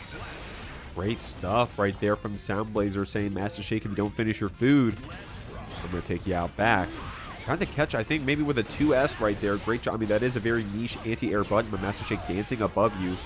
Able to get in, able to get the stamina for the throws. You've got to block that overhead. Master Shake saving the resources, not following up this time, but now we're going to have it ready for the Nyx here. Soundblazer will get their burst, but not in time to use it on this wall break, so the positive bonus will go to our Sin. I mean, positive bonus on Sin can be a very scary tool, but almost as much as that meter on ABBA. Master Shake understanding that they have the life lead, but this anti-air close slash able to get in more rage meter for Soundblazer, has the JK 2D. Oh, but look at this combo and extension, not able to finish out the combo though. We're on equal footing right now. Oh man, so okay, blocking that gold burst right there. Couldn't keep that hop kick combo going. Soundblazer only needs one more hit, but baby ABBA, no JR. It's gonna be a hard one. Master Shake shows you why. Close slash, finishing off that round, but goddamn Ukio. It's 2-0 right now, but this shit is close. Master Shake needs to tighten up that play, or Soundblazer just needs to make these very small changes, and it could possibly go in their favor. This pressure coming out from Soundblazer in a lot of different instances. I really thought that tilt combo was going to continue and they were going to secure the round off of it. Just not having the availability to keep it going as they go to the ground. Such a close interaction. Oh man, getting that cross up close slash, man. Soundblazer trying to dance above you. It can be annoying when you get scooped out of the air like that, but that's why close slash is so good on every character. Soundblazer going to go for that uninstall, that force uninstall rather. Counter hit close slash is coming out for Master Shake. It's looking good for our Sin. We're low on that stamina, so Soundblazer may have a chance here to try to build back up some JR, trying to do so with this far slash PRC to keep yourself running up, but Master Shake with a great whiff punish. Tyrant Barrel for the wall splat as well. Not close enough quite yet, but look at this damage. Showing us one of the better highlights of Sin is that whiff punish in neutral game as a whole. Doing a great job getting the strike throw pressure, but what a tech from Soundblazer. Able to make their presence known, but whenever you get that DP from Master Shake, converts it into a round win, puts themselves on set point. And that hard knockdown, getting our install. And you got to be creative about getting that install, man. You can't just be too linear. It can't just only be the key grabs. It can't just be after burst. It can't just be after throw. You're seeing Soundblazer get it off of that Rekka follow-up also. You got to get creative when you're getting that install. Bursting back a bit. Able to use this K Super. Master Shake luckily didn't press. Did get that FD, but Soundblazer was close enough to get that low. I mean, even if you have less plus frames, you still have plus frames all the less. This force uninstall is going to make this meaty definitely connect. And what do you do here if your Soundblazer gets hit with the low? Master Shake having the Roman cancel to continue the combo in this pressure with no meter on your side. What a mash out from Soundblazer. Has the 2K, uses the YRC, but look at the DP from Master Shake. Only making this pressure more and more scary to deal with. You have to do so much. This rage is building. Or this risk is building, constantly forcing into the corner, has the stamina for the follow-up, but has the grab to be able to take the round, take the game, and wins 3-0. The People's Champ last week, I'm going to keep it a buck, y'all. We got Mosco coming in here on that Chipp. Definitely a very unique player, but right now getting counter hit by Boobguy. First time that I've seen them here in the academy, and coming in the top 8 definitely shows that they are a strong player. I think that's my favorite color of Soul, by the way. No one asked, but I'm telling you anyways. Mosco getting you with this Rekka, red RC to carry you to the wall. Gonna send this Boobguy right through the wall. Man, what a conversion from Mosco there. Able to push into the corner and make Boobguy think for a second, making them really have to guess on this wake up, but going for that gunflame, wanting to control that space, understanding that Chipp has a problem with lower moves that are able to catch people running in, because he has to do that. Has the beta blade, but you can't RC those anymore. Can't convert into a combo, gets the big counter hit, and oh no, Boobguy forces out the burst, and they're able to use the reversal super from full screen. Did you press a button at full screen? I think you should die for it. For the uninitiated, such as Boobguy, El Mosco is not going to stop using that super, homie, so get used to it.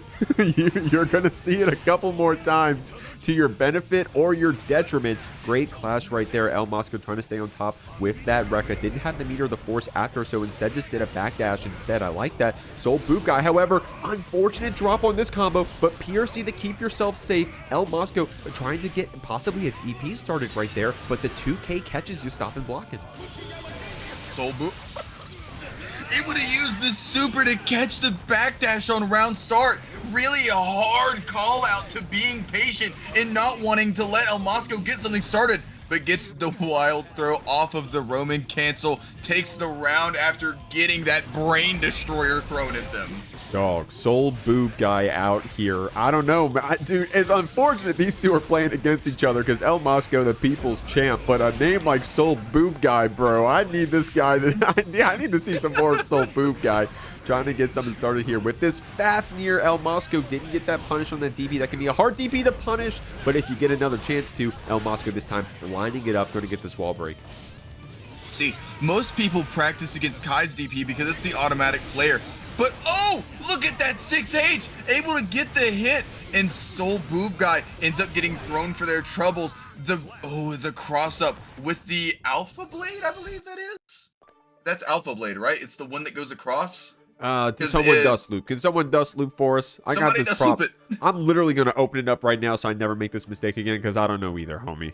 It's I'll teach everybody all the blades right now. Don't worry about it. As El Mosco uses one right now to get this first game on the board, but you're gonna have to keep making some adaptations here against this Soul Boobguy, bro.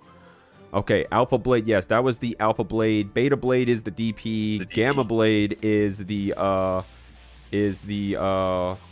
clone. Okay. So okay, Alpha Blade, yeah, so that Alpha Blade is the cross-up guy that we see, the diagonal, the horizontal ones. Beta Blade is the DP. Gamma Blade is clone, but we just called that clone. Yeah, okay, I got you. Makes sense. Oh, this stage. Jack saying he literally said Alpha Blade. Okay, you know what? Chipp does really announce everything he is doing on the screen. If we just listen to this little weeb yelling at us, then maybe we would have heard it. But right now, Soul Boobguy trying to show us this DP. El Mosco getting on top of you, getting that burst.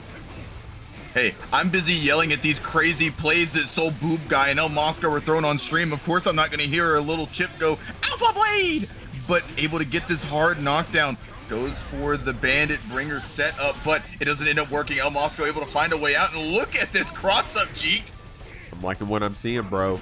Soul Boobguy using that Bandit revolver to get in from across the screen. Right RC to keep it safe. El Mosco getting caught in that mix, but I like that round start. Pretty aggressive here. Both of our players, dude, look, and Soul Boobguy is not afraid to show you that DP, bro. He's saying Volcanic Viper. Knows the name of that one. We both do. I know that one.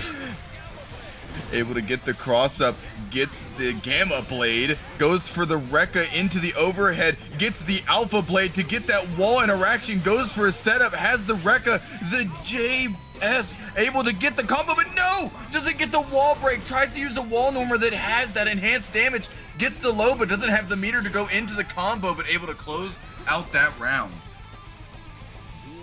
Man, both these, someone saying the Soul likes DP. Both these players like DP, bro. Look at El Mosco going to be showing us that Gamma Blade. See, I'm learning today, y'all. But you got to get safe jump by this JH a few times, getting these throws applied, getting this throw tech.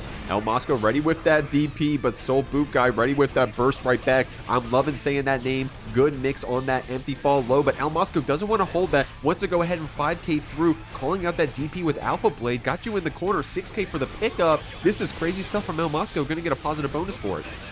What a pickup off of that stray hit neutral. The mix you can only block for so long. And does the reversal super, gets the pickup. This is going to do a lot of damage. And it kills. That super does a lot of damage nowadays. Of course, you don't get as great of Oki after, right? You do get a free cross up off of that Alpha Blade. Soul Boobguy, I'm telling you, Soul Boobguy for the uninitiated. You gotta look out for this El Mosco Superman. He's gonna do it over and over again. And even if you block it, if you don't got a good enough punish, El Mosco's gonna say, I'll just send it again, homie. And if it works, don't fix it. Going here on the game 3, I'm loving what I'm seeing from both of our players, El Mosco and Soul Boobguy. And Soul Boobguy putting up a fight right now, but El Mosco just pulling out all the tricks in the book, including that reversal super that they've really shown does work for them in this bracket. DPing out of the corner. Trying to get these Rekkas set up. First got that low, and then we got the hit with the overhead. Soul Boobguy ready with that Viper to get out. Trading both of our DPs back and forth. Soul Boobguy ready with that burst always. Getting a counter hit this time on that Banner Revolver low. We got some mix coming out from Soul Boobguy, and it's paying off. Gonna get this first round here on the board. El Mosco does have the lead, but Soul Boobguy's really good at getting these first rounds. Man, going insane right now. This Soul Boobguy strike throw pressure is so incredibly prevalent. Has the overhead, gets the big counter hit, but tries to go for the grab. It doesn't end up connecting. You're still in hit stun, and we're trading counter hits back and forth. Wild throw coming out. Red RC for some more damage. BRC to get you some distance. Bet it all on throw, but the BRC slowdown meant that we weren't able to get a clean punish after El Mosco literally on a pixel. We only need one more straight hit, even from a special move that's not FD to take it, but El Mosco going to send you to the wall first. Not going to be a hard knockdown. Oh my god, went for the mix. Whoa. This was insane. And went for the reset right there. Good stuff, El Mosco. And now getting inside of Soul Boobguy's head with that charge 5D. And I like that. Keeping that combo short just to get that positive bonus. Hard knockdown quick. Soul Boobguy ready with that DP back. Able to get out of the corner. This very, very oppressive strike throw stagger pressure from Soul Boobguy, but has the blade. Oh, look at that PRC. Able to throw themselves into the air.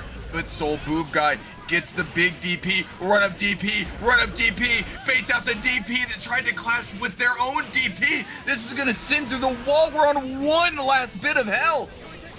And it was the Shuriken to take it. Man, the people's champ El Mosco gonna take it this time. But dude, I'm so sad that that was the first match we got to see from Soul Boobguy, because dog, I need some more of this soul in my life, bro. Soul Boobguy, the new people's champ, coming out here playing awesome against El Mosco, but the uninitiated. Going in here to another match of this top 8. We have Master Shake making a tear through the bracket right now, going through this loser side, but then we have Squish sit here in the first round, but not to be outdone. Such an insanely good Jacko and a very scary opponent to have to face, but Squish able to send to the corner and hit. Oh man, Master Shake just willing to throw caution to the wind, able to get out, has 50 meter on the side of both of them, and they're slowly regaining their own resources. Well, Master Shake in this Sin matchup has some pretty good options to deal with the bots. Of course, being able to special cancel off of hitting bots can be pretty good for you, right? But not only that, Master Shake has stamina cancels off of hitting those bots. So Beak Driver into a stamina cancel 4 can be pretty gnarly. Right there, we just kept it simple to clean up that round. But after Squish had a pretty sizable lead, so we'll have to see if Squish can do that again and finish their food. I mean, Squish, though, able to start this pressure out, going to the corner, able to really get these bots out. This pressure can start to be so hard to deal with. Gets the wall stick with that 2D, but doesn't use the super to break the wall. Maybe thinking the Elysium driver won't do a lot of damage, or maybe wanting the mix for the meter for mix. That JD is really putting in work right now on the side of Squish, but Master Shake able to find a way out. Uses that charge dust to get the corner switch, but goes in for the low. Call it a drop-domal, the American reset, but Squish able to get back on offense themselves. I like this good stuff here from Squish, using those bots to push back Master Shake. We're getting chipped out a bit, but we did get a good hit on that Beak Driver. Canceled that stamina to keep it going. Not enough to kill yet. Only one more hit, and it's going to be that overhead on the hoof stomp. Close round again for Squish, man. Man, Squish is just... They're doing such a great job in these pressure situations, but Master Shake is just able to get their way out. As we've seen in the past, their mix is just so strong. Against Soundblazer, you can only block for so long, even if you have top tier defense and fuzzy reactions. Both these characters you only block so long against, right? I mean, Squish as well has options to do 5D combos with bots, has able to get some throw loops and strike throw in with the bots as well. And of course, if you're just full screen like this, you can catch the backdashes. That's a pretty good backdash from Sin, but if you're just kicking those bots towards us, it can hurt. But Master Shake with a really good Abari, getting out of the corner, killing the bots. But we're getting back to the same situation. Tried the beak driver through, but Squish was ready with that 6P.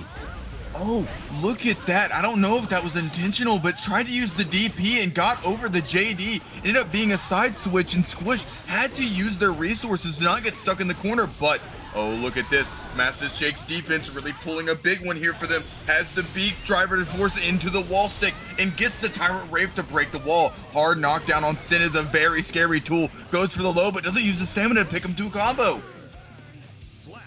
Heads up play there for Master Shake, though, on that wall break. I saw that 5P dead frame. I was watching. I see you, Shake. Squish right now with some good rounds. Good zoning with the bots, but when Shake gets in after getting a hit, clearing out those bots, it gets kind of hard for us. Squish here in the corner, trying to get back out. Those close slashes connecting, blocking the low, but that 2K stagger after it gets a hit. Squish wants to burst it. Just go ahead and play and get out of this corner. And there it was, dude. That beak driver stamina cancel off the bot. That's why this matchup can be hard, and Master Shake has shown you why. I mean, it's just such a mastery on both sides of not only the characters, but understanding the options that the other side has. Doing a great job at, like you said, using that bot to stamina cancel into the follow-up off of the beak driver and secure themselves the round. What an insane heads-up play from Master Shake. Going here into this game 3. Squish getting pretty far in this bracket. They're not out of it yet here on this Jacko. One of the best Jacko we have here in the Academy, I believe. I believe so, because who was the old Jacko player that used to beat my ass? What's their name? Wasn't Cake Craver a Elphelt / Jacko? Yeah, they were an Elphelt and Jacko player, and man, they were horrifying whenever I had to go up against them in bracket. I kind of knew what was going to happen going into them, but Master Shake showing what you can do against this Jacko on Sin. But man, look at these conversions from Squish, able to get some great damage and also just go into more Hoki.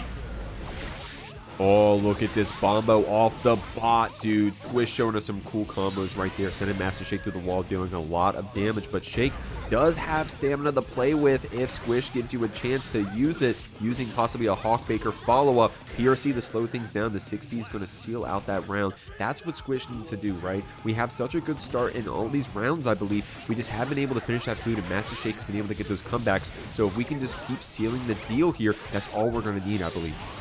I mean, Squish is really coming into their own. While Master Shake is up 2-0, it seems like they're not able to get offense started, but speak of the devil, look at a way to jump out. That 6P you can't really get much off of on whip. They really nerfed them in this season of the game. The beak driver gets jumped over. What a heads-up jump. Look at that! Using the Elysium driver inside of the minus frames to really establish this pressure. Master Shake is on their back feet now. Is going to have that stamina to play with, though. Gets you in that tick throw off of that close slash, man.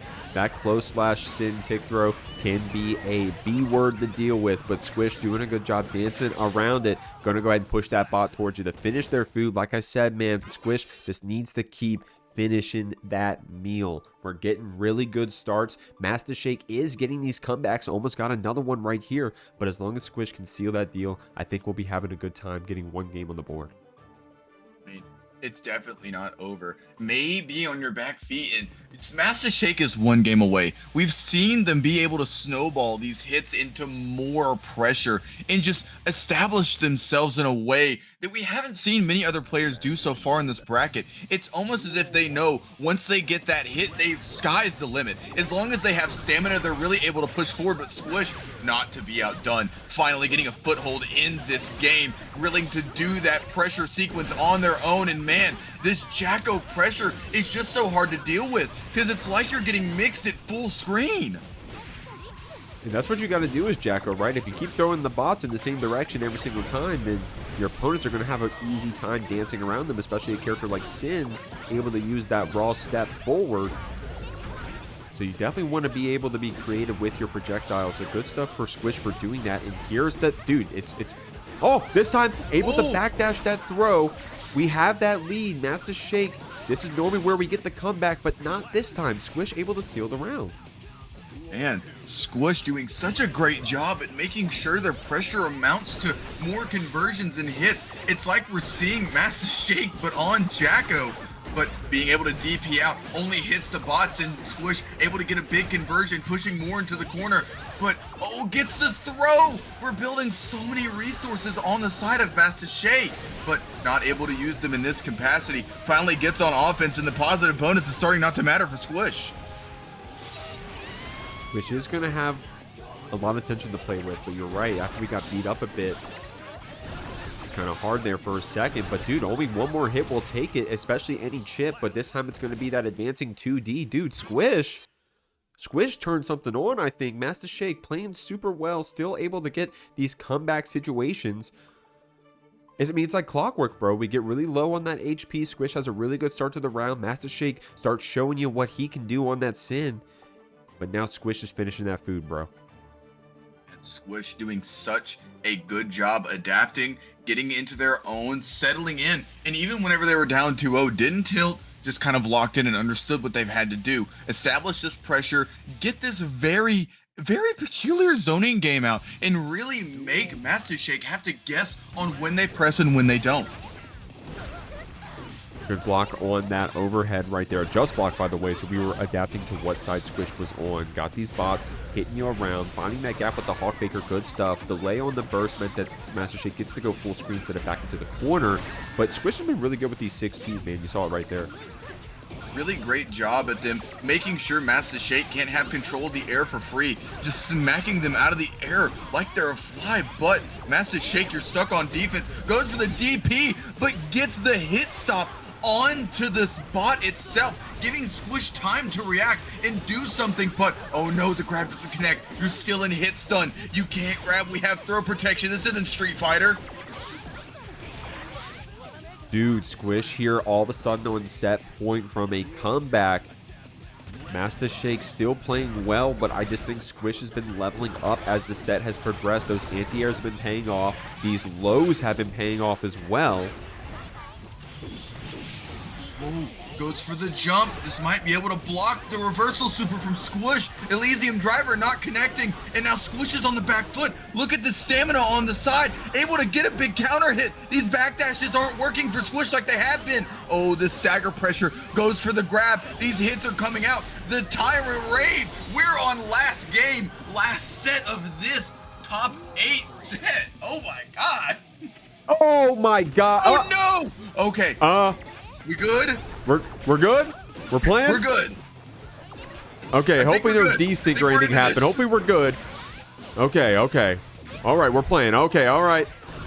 All right, we're good. Okay, okay, back to the commentary. Okay, so Squish trying to get these bots applied.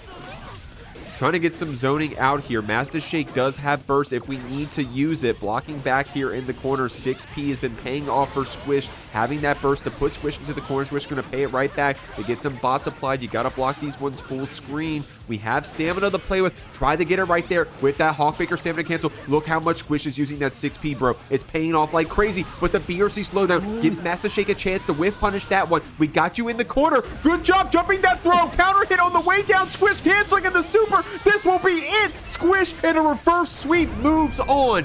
3-2. Oh my god. What a great job from Squish being... Hoki, hit that damn button. Hoki, hit that damn button, bro.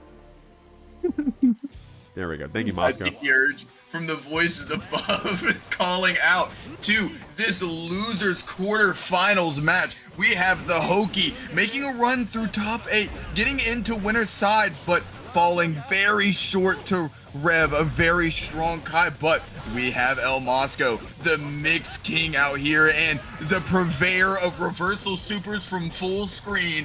But Hoki has to use this burst first. Doesn't want to get stuck in this El Mosco pressure. What a backdash on that command grab. Oh no, the other grab misses again. Hoki able to set this pressure up, calling out every single option that El Mosco represents, and able to take the first round because of it.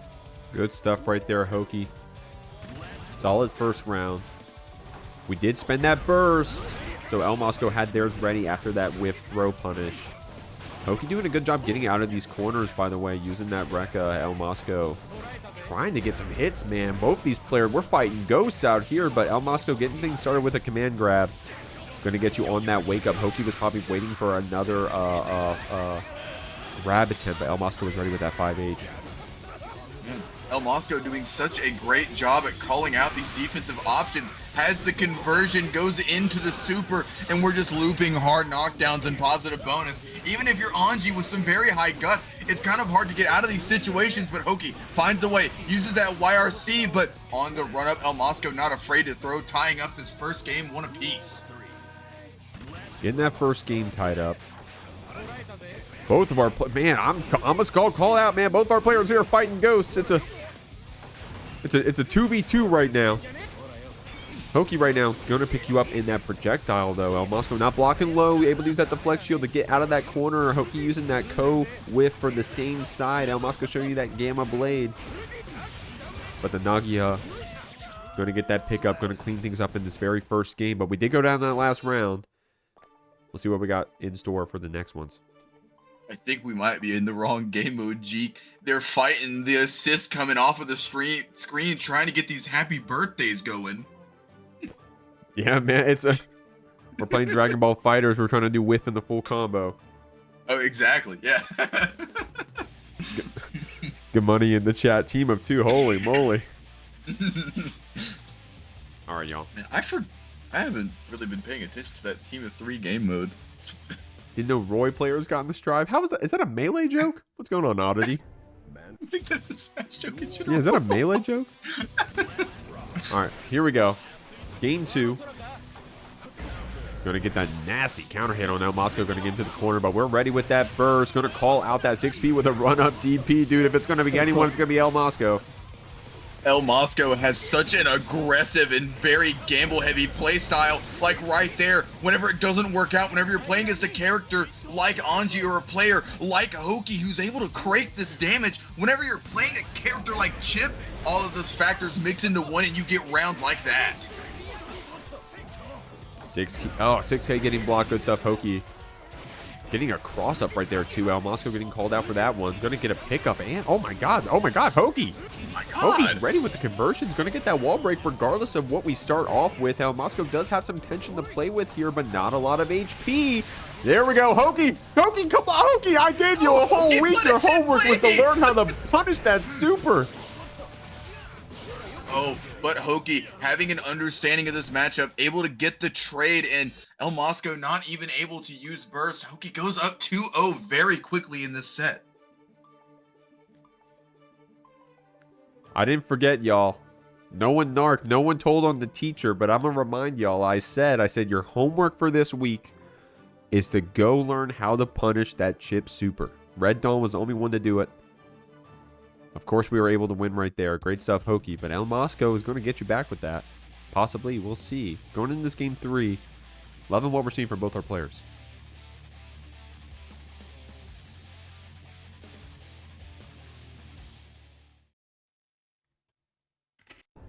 Hoki said, I need meter for punch. You don't need meter for far slash, damn it. All right, here we go. Game 3. 6P for the counter hit to start it off.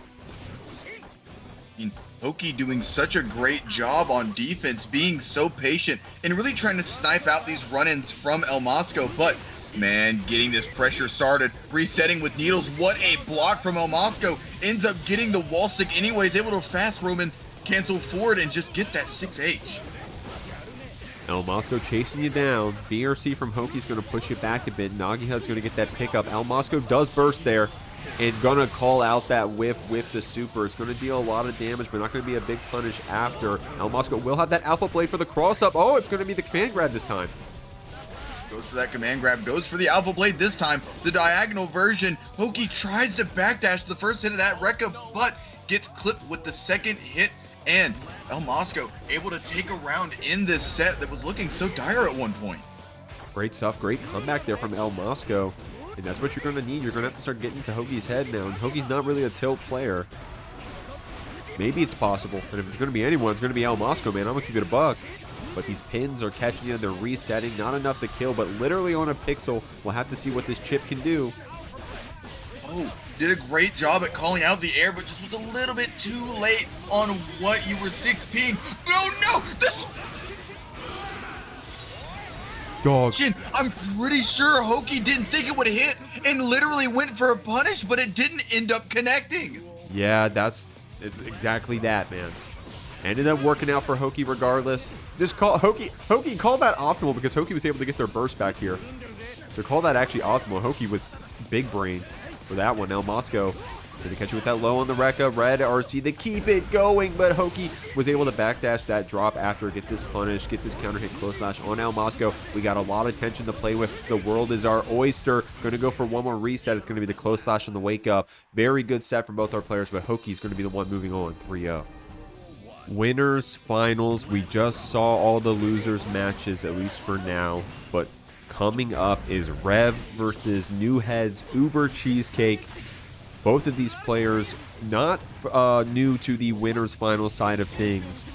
Both of them favorites to make it through. Rev getting a charge dust early on here. I think that's his 4th charge dust in this tournament alone, but Cheesecake was ready with that burst, ready with that punish back, catching the backdash, and now Rev is hurting here in the corner. I mean, but Rev does have access to that DI. They've made a lot of use of it before. Has the Roman cancel, but goes for the DP. Trying to use the same thing that they did against Hoki, and it doesn't end up working versus Cheesecake. Yeah, I'll be honest, I'm actually kind of surprised. For a second, Rev was making that look guaranteed against Hoki, but maybe if you're a little too late, Cheesecake can get that fish out in time. Going to use that DP on the approach, catching that backdash with 2H. Good normal to do that with. On top of you with this Wild Assault. We're blocking it out. Honest mid Kai coming out here, but you can't air dash out if Rev is looking for it. Oh, what a bait on that YRC. We very rarely see YRC baits here, but whenever they do happen, they come out in full swing. And look at Rev able to secure the round with the Stun Dipper. That's not Stun Dipper. No, that's not Stun Dipper. Oh well. But going into this next round here, UberCheesecake gets the throw shimmy. Man, going into this wall break, such a very advantageous situation from UberCheesecake.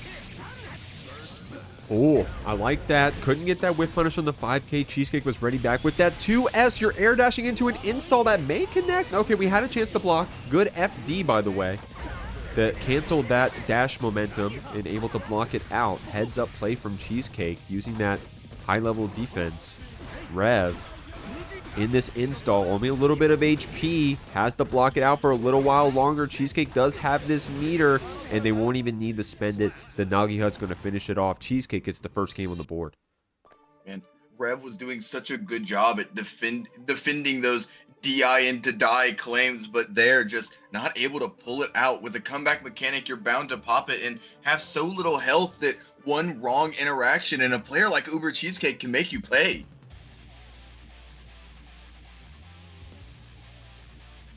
Shout outs to Cheesecake. Playing a really solid, fundamental Anji. Definitely a lot different from the other Anji in our bracket. Not saying for better or for worse. It's definitely a lot different, and that's because you're able to see that player expression through this character. Able to spin through that Sun Edge. Good stuff. Rev waking up, blocking out these close slashes from Cheesecake, but look, the throws are coming out, Uthia. Man, Master Shake. UberCheesecake really enforcing this pressure right now, reminiscent of players have passed in this bracket, but man, that DP able to get baited out. UberCheesecake is doing such a good job on defense right now. Gets that spin and does the follow-up, gets the hard knockdown and the kill at the same time. Yeah, that spin can be a really good option against, of course, against just air dash in JS, but also pretty good against Luger Arc. We've seen it call out Kai's in this bracket before.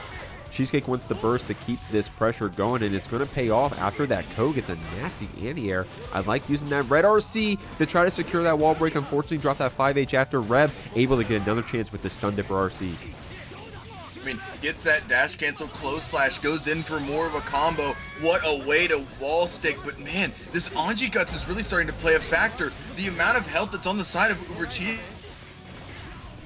have to chew through, goes for the pickup off of the wall bounce, and the burst comes up as soon as UberCheesecake takes the last little bit of life off the board. Great stuff there, man. Cheesecake playing really solid right here. Rev was coming back there for a second. Cheesecake was able to spend that red RC to secure that round. Up 2-0 right now here on the winner's side. We got to see what Rev is going to have in store for us in these latter games, or else Cheesecake is going to run away with it. We'll have to see what this Kai can answer to this Anji. Rev, of course, taking out a previous Anji of Hoki. I've seen if they can do it again against UberCheesecake. I mean, in that same set, they were down 2-0 at one point in time, but they were up 2-0 at one time. I'm sorry, I got that confused. But UberCheesecake going in, getting these counter hits, going for more pressure, pushing to the corner, being very patient on this offense, trying to bait out any options that Rev tries to use, but the super not coming out, deciding to save it for the wall break. Trying to use that fish RC to beat you up. Dust loops coming out. Cheesecake here sitting on set point. We got to see this Rev tie his shoes here. Try to get a start to that match right there. Cheesecake able to get the counter hit on the round start. Pays off for us. Counter hit close slash is going to get you to the wall here. Looking good for our Anji, but Rev just did get the burst back. Catching Rev mashing here. Going in for more pressure. Uses the Roman cancel. Gets the burst bait. And guess who has punched their ticket to grand finals winner's side? All right, y'all. Down here in loser semis. We got another Anji for you. There's a good chance an Anji graduates this time unless Squish or Rev have anything to say about it, because you got Cheesecake sitting up there in grand finals right now, and you got Hoki wanting to fight their way up there. Has been fighting in that grand final spot before. They're no stranger to it. Squish. Is this Squish's best placement? I don't want to jinx it. Squish playing awesome today here on this Jacko. Had some nice comeback sets. Able to burst back. Hoki. Oh, blocking out the parry too. The second hit, but unfortunately couldn't get the punish right after. Squish able to get out of this corner though, like what I'm seeing. Able to continue this pressure up. Hoki not wanting to let Squish get anything started so far. Has no resources on their side, and Squish has all the meter in the world. But I don't know if we're close enough to the corner to get the wall break here. Very scary situation if you're Hoki. Hard knockdown after that wall break, after that super. Only gets the fish follow-up on a projectile and doesn't end up hitting Squish. Dude, that was an amazing whiff punish right there from Squish. Squish is really patient right here. Both, we saw it on the parry earlier, and there on that spin follow-up after the whiff state. So Squish is really good at using these bots to beat up these Anjis, at least right now. Able to get some stuff started with these guys full screen. Hoki trying to get some air dashing in, but Squish doing some good zoning. Ooh, but Hoki, though, able to make this... able to make the resources come out from Squish. Is getting these big counter hits, catching Squish mashing. You don't have any resources on your side, but Hoki has the 50 tension to convert into more pressure, resetting with the needles, but Squish able to FD them out to where it misses. Has to use the burst as soon as they get it. They know Squish's combo game is so incredibly lethal, and we might be getting a taste of that now. Dude, I love that Squish goes for this Elysian driver too. Doesn't want to give anybody a chance to play the game. Wants to make them watch that cinematic. I got that replay a little late, so it may just be the cinematic of Elysian driver. There we go, doing that. String right there. What was that? Close slash 6S rather. Great stuff. Great stuff, man. Squish getting this first game here on the board. Hoki is a comeback player. Of course, it's only one game, so I don't even mean to say that. You know, sometimes that first game's a data round. We were seeing that with our ABBA earlier. Shouts to Soundblazer. So maybe that was the same thing for Hoki right here. Loving what I'm seeing. I love Cheesecake in this Twitch chat saying for Hoki to lick in. I know they mean lock in, but it's just a funny way of phrasing it. Goes in, able to catch the command call off and really able to get a punish here.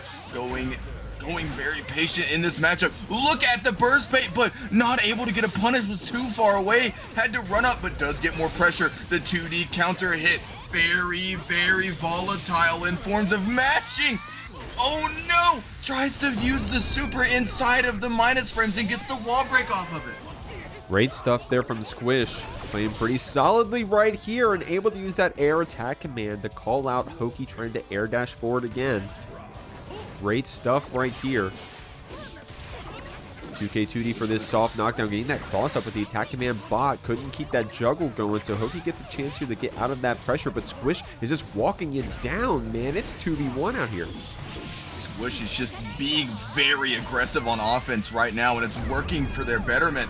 Hoki is on their back foot. This is only game 2 of this set, and Squish looks like they're completely dialed in. They really want a chance in that loser's final spot, but oh wow, look at that conversion. Oh, great throw right there. Squish rightfully holding back after getting that whiff state on the throw. Didn't want to get fished after. So Hoki took advantage of that with the throw. Try to catch it with that overhead after that Rekka follow-up. But man, Squish is so good with those 6Ps. We saw them use it so well against Master Shake. They're doing it here against Hoki. Hoki does only need one more hit to close it out and has the tension to seal it and baits the burst, dog. Great stuff there from Hoki as we go into this last round. Not only are they able to take the round, but taking the burst at the same time, that's such a big advantage for Hoki in this match right now.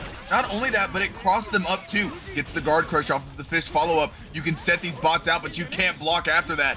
Man, going in for more pressure. Hoki gets the wall break, uses the Roman cancel to go into the 6H. Damage just piling on right now, and Squish is on the back foot whenever they were so close to winning this. Has the Roman cancel to go into the low, but doesn't end up getting the conversion. Okay. Oh, unfortunately whipping that 6P. And that was the downside, by the way, of Squish getting that burst called out in the previous round, is that we didn't have it here in the corner. We were just getting beat up by this Anji. Of course, we had a little bit of a drop situation right there, so we had a second chance. But it paid off for Hoki here. Very close game 2. I mean, I was giving Squish a lot of credit for their play earlier, and the only thing they had to do was finish their food. If they can do so here, then we'll be okay. Hoki, what the fuck you doing, bro? Get on the... Is that Hoki? Get on the stand and play, dog. What are you doing? Alright. Hoki, what are you doing, dog? Play, He's dog. cheeking in right now. He's doing a victory lap, bro. Doing a victory lap for what? Motherfucker hasn't won yet. Motherfucker hasn't won yet. Doing a victory lap for what? Yo, Squish, get his ass. Squish, get his ass. Sorry, stick check? Okay. Oh, wait, no, it was Hoki. Okay, Hoki unironically does have like a weird stick thing. Unironically. Okay, I'm sorry, Hoki. I'm sorry. No, he unironically does have a thing with, I'm not even trolling, has a thing with his stick, so that's what I know he does. I thought he was being BM, but no, he actually unironically has a thing with his stick. So I'm sorry, Hoki, my bad. I love whenever Cheesecake said, I'm sorry. All right, getting the Elysium driver here off of the conversion that led into the wall, and man, running up for the 2P. Hoki has used that YRC to get out, gets the low, got the Stump Dipper at home, was able to PRC out of the throw shimmy that Hoki most certainly would have punished. Great stuff. 2K2D is going to get this pickup. Not enough to kill, but that bot fall down is going to catch that backdash. Hoki getting called out right there. Squish getting the round lead again, but Hoki with a gnarly comeback in that last game. We'll have to see if they can do so again. Until then, Squish is going to beat you up with these bots, catching that backdash, getting that whiff state started up with that throw. That's another advantage of this Jacko, right? You're able to get those bots beating up those that spin without you having to whiff yourself. Of course, Hoki going to go ahead and take advantage of that empty hop throw. Going to carry it to the other side of the screen. And we got tension to clap back with if we can get another hit. Man, Hoki is doing such a great job on offense right now, really stopping Squish's options, but look at this. Squish got a big back throw and gets the parry super on the bot. Squish wanted to continue that pressure, but doesn't end up getting it. Has to burst out of that situation, really wants this round here. But oh no, gets another big counter hit. We see the screen freeze. The bot command doesn't end up leading to anything, and we're at full screen once again. Using those bots to pick away at this Hoki. Not enough RC yet. The fight back does the late cancel, so we only get a PRC. Trying to keep back this Anji with the bots. Couldn't get that last hit, but unfortunate wake up 5D from Hoki. Gets called out with attack command. Squish is now up 2-1. Man, Squish is so entrenched in this set right now, and what a great way to play it. They understand that they currently have the life lead. Even if they do end up losing this round, they're still fine, so they're willing to play at range. They're willing to make Hoki approach them and not approach Hoki themselves. Gets those bots out on the screen and does a great job at controlling when they hit and when they don't, making Hoki guess on the strike mix-up. Squish. Okay, Squish doing a really good job, by the way, mixing up those projectiles. Hoki's having a really hard time trying to get in raw. Really, our only attempts to play so far have been when Squish goes in and then, you know, drops the combo or drops her pressure. And then Hoki is able to get that fight, like right there, able to get that 2P mash. Of course, Squish was ready with the burst, but we're going to get reset here with this Rekka, and Squish not having that burst anymore means we got to hold this. We're going to the corner, and Hoki's throwing you around. Man, Hoki is catching Squish out with that butterfly 2K2D setup, always looping into more pressure because Squish just autos to stand blocking high. But in that case, it ends up working out. The low not coming out from Hoki, but going in for more pressure. The 2K able to mash out of the corner, and now Hoki's on the defensive side of the game again, and man, gets the 2 bots for the price of 1, goes in for more pressure, the overhead comes out, and Squish is having to guess, using this meter, the counter hit on the meaty, and Hoki able to route into the super for the wall break and hard knockdown. Damn, that was a lot of damage too. This is a go next sort of round if I have ever saw one. I like that 2K right there. This may still be active. What's a strike? My It's God. not a throw anymore. Wow!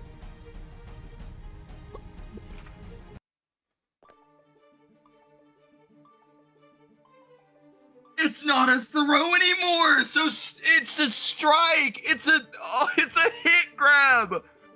Hoki able to parry it and send us to game 5. Jeek. Oh my God! Rev saying it always hits at least once. Chat popping off for this set, by the way. Squish and Hoki putting on a hell of a show. This has definitely been one of our, you know, hyper sets today. We've had a really good academy so far. It's not over yet, so got a few more to go, including this one we're watching right now. We got to see what we can do. Hoki is getting this comeback potentially. Squish doing a good job right now playing this Jacko when we get a chance to do our single player. But right now, Hoki is getting a gnarly KO right there. A bit of a Strive Earth situation in this last round. Hoki seems like we're still able to play. We're going to keep it going. Squish is going to get that counter hit burst coming out from Hoki. And Hoki really not wanting to let go of this momentum and pressure that's on their side, and it's ended up working. Able to snipe out the bots and not able to, Squish not able to do anything. Has to take this hard knockdown, but is willing to mash out. Has the Roman cancel to get the counter hit, and man, taking advantage of this situation right now. Hoki trying to 2P their way out, but it not working. Able to take care of the bots and gets the far slash hit. Goes for the Roman cancel, doesn't end up getting the burst bait, but now we're on set point for Hoki. Wise stuff there from Squish, holding on to that burst, by the way. We lost rounds earlier in this same set because we used that burst kind of early. Hoki pretty good at baiting it, so holding on to it, wise stuff. But Hoki right now running away with this KO, calling out that jump back bot call from Squish with this KO, with that anti-air, and it's paying off for our Anji player. Man, Hoki's doing such a great job with spin right now, able to get in raw and thwart the zoning playstyle that Squish is trying to set ahead. But man, one set goes into the Elysium driver, doing these tournament safe combos, but it doesn't get the wall break. You don't get the positive bonus, and you really need that right now. Hoki stuck on defense, tries to use the parry, but it doesn't end up hitting. Last game, last round of this set. Squish was able to run their game plan right there, and it paid off. Right now, look at that distance they're trying to get, but they're walking themselves to the corner. Hoki wasn't able to take advantage of it quite yet. Spinning through these bots, a trade pays off for Squish because we get that zoning applied. We got you in the corner. All we need is one bot for it to pay off, but that 2D gets us in the whiff state on the throw. Hoki trying to get something started with that Rekka. We got burst if we have to use it. Squish, with that positive bonus, was able to build up 50 tension, but Hoki was ready with the burst. Oh no, the hit on the jump in ends up side switching, and the Elysium driver is gonna give Squish a hard knockdown, doing a great job at infecting this pressure right now. It's so hard if you're Hoki. You're at full screen, tries to use the parry. It doesn't end up working. 5P into 6P. Has the Elysium driver on their side. The 2K2D doesn't work, uses the YRC. The big counter hit, and Squish is going to losers finals. Here in losers finals, Rev is going to be coming up against Squish, playing very hot, making a hell of a losers run. They're fighting for the privilege to go up the grand finals against UberCheesecake, and regardless of who wins here, it'll be a run back. Cheesecake has beaten both of these players today, so they're both thirsty for that run back. Squish with a really confident super right there. Rev with a far slash for a simple punish, but able to get out of that corner. Squish ready with that burst. You know, trying to mash that reversal super inside of minus frames, understanding that people are going to want to punish Jacko when they can because their pressure is so incredibly strong. Like what's happening now? Rev just not falling for it. The Roman cancel off of the 6P, has all the bots in the corner, gets a wall break, has all of that bot meter on their side and the positive bonus. This is looking very dire for Rev. Red RC to keep this going. I like that from Squish, man. We're low HP. We only need one more hit on this. Rev trying to get it with that kick after the 6P is going to seal it. Squish has been really good with this 6P all day today, and it pays off right there. Man, it's such an exhilarating set right now. Goes over the 2D, and we're back at full screen, but the difference is Rev has these projectiles to compete. The danger almost coming on to Squish, but not getting negative penalty. Rev able to DP out of the situation, has the orange wild assault to push it into the corner, uses the ride to lightning and breaks the wall. Our knockdown going to come out here. Squish will have that tension, but man, that active ass 5K Rev is so good at using it. Calling out that backdash. Able to beat up all the bots with one far slash and then also get some hits on Squish. Some good stuff from Rev. Tries to shimmy to get a throw whiff from Squish. Pays off regardless. We're going to the last round. Man, this far slash is putting in a lot of work right now. Such a crazy good button on the side of Rev.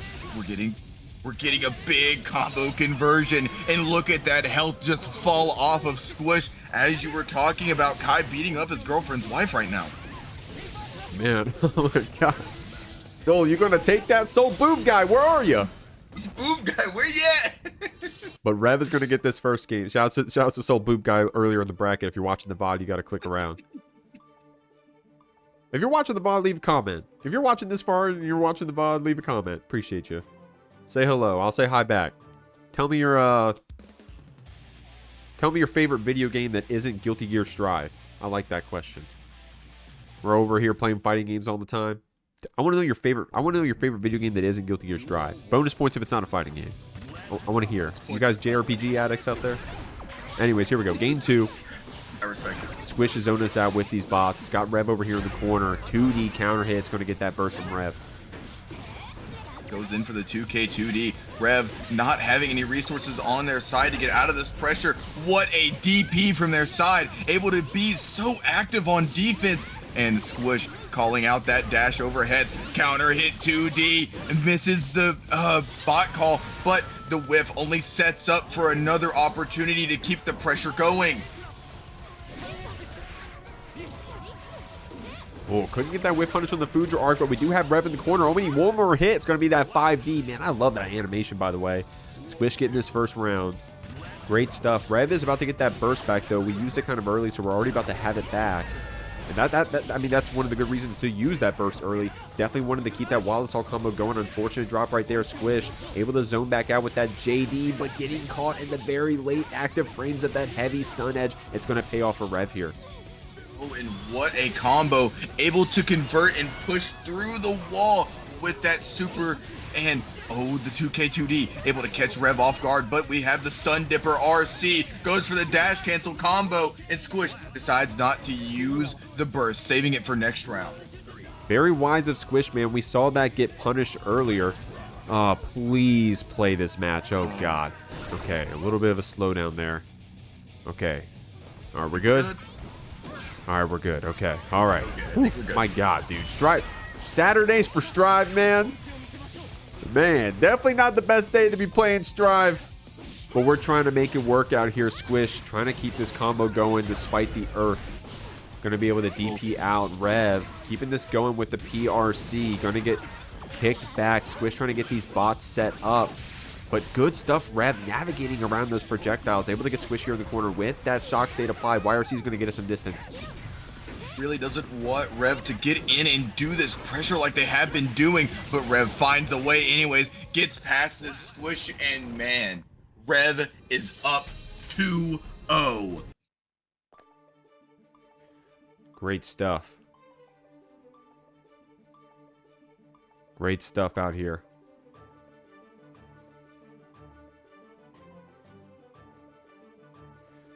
Rev is up 2-0. Starting to hold my breath here, man. Of course, Squish winning this and then moving on to Grand Finals and winning Grand Finals would be a new record. And I think this is Squish's best run. It's not over yet. Squish is doing such a great job in this bracket. Look at the patience, able to call out the bot to punish the DP to where Rev doesn't get away with it unscathed. Both players are trading bursts, not wanting to let the other one get in front of the other. The 2K 2D off the counter hit 2D, able to get these bots set up, and man, this pressure is suffocating. Squish lining up that bot for that kick, for that goal kick. But Rev's got you picked up, splatting you with Fuja Arc, getting that shock state applied. Squish is going to have a lot of meter to play with here on the other side. We're going to see how they use that meter to zone.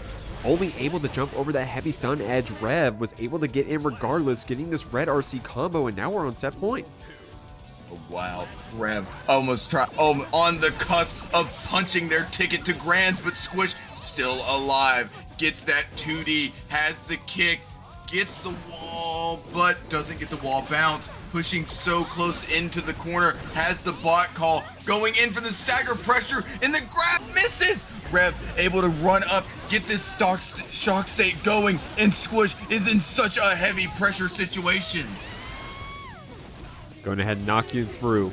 Getting that shock state applied. The heavy stun edge able to call out that JD from Squish, but the PRC slows down the situation. We're able to see that burst. I love using the bot attack while you're still holding it. Squish has some really cool combos. And gets that big burst bait. Really wanted to keep that pressure up, and Squish makes the most out of it. Rev on the back foot, has the PRC. Still have 50 meter on your side. And Stun Dipper, Roman cancel. Able to close it out. Rev has punched their tickets to Grands versus UberCheesecake. The Jeekly 14, the Academy 14 coming to a close here. We'll have to see who's going to make it through and graduate this time, guys. It's Rev on the Kai against UberCheesecake on the Anji. Now, oh my god, I'm just now realizing, Ukio, this would be our first Anji. Oh, would it? I believe yeah. so. Right? Because Hoki would have been our first one if he beat Steezard, but it didn't end up happening. Right, so this could potentially be a record for the Academy here. Of course, Rev, been in this grand final spot before, wants to earn their graduation, and they can do so. Both of these players truly deserve it. I'm going to keep it a buck, but right now, it's paying off in this first round for Rev, confirming with that RTL. Oh, wow. Ooh, Rev able to get a big counter hit at the start, has the Wild Assault, whiffs the 5P to get timing for the combo, pushes through the corner and gets positive bonus off of one interaction on round start. Getting that close slash on the wake up. Cheesecake caught you of the #1 sin, not blocking.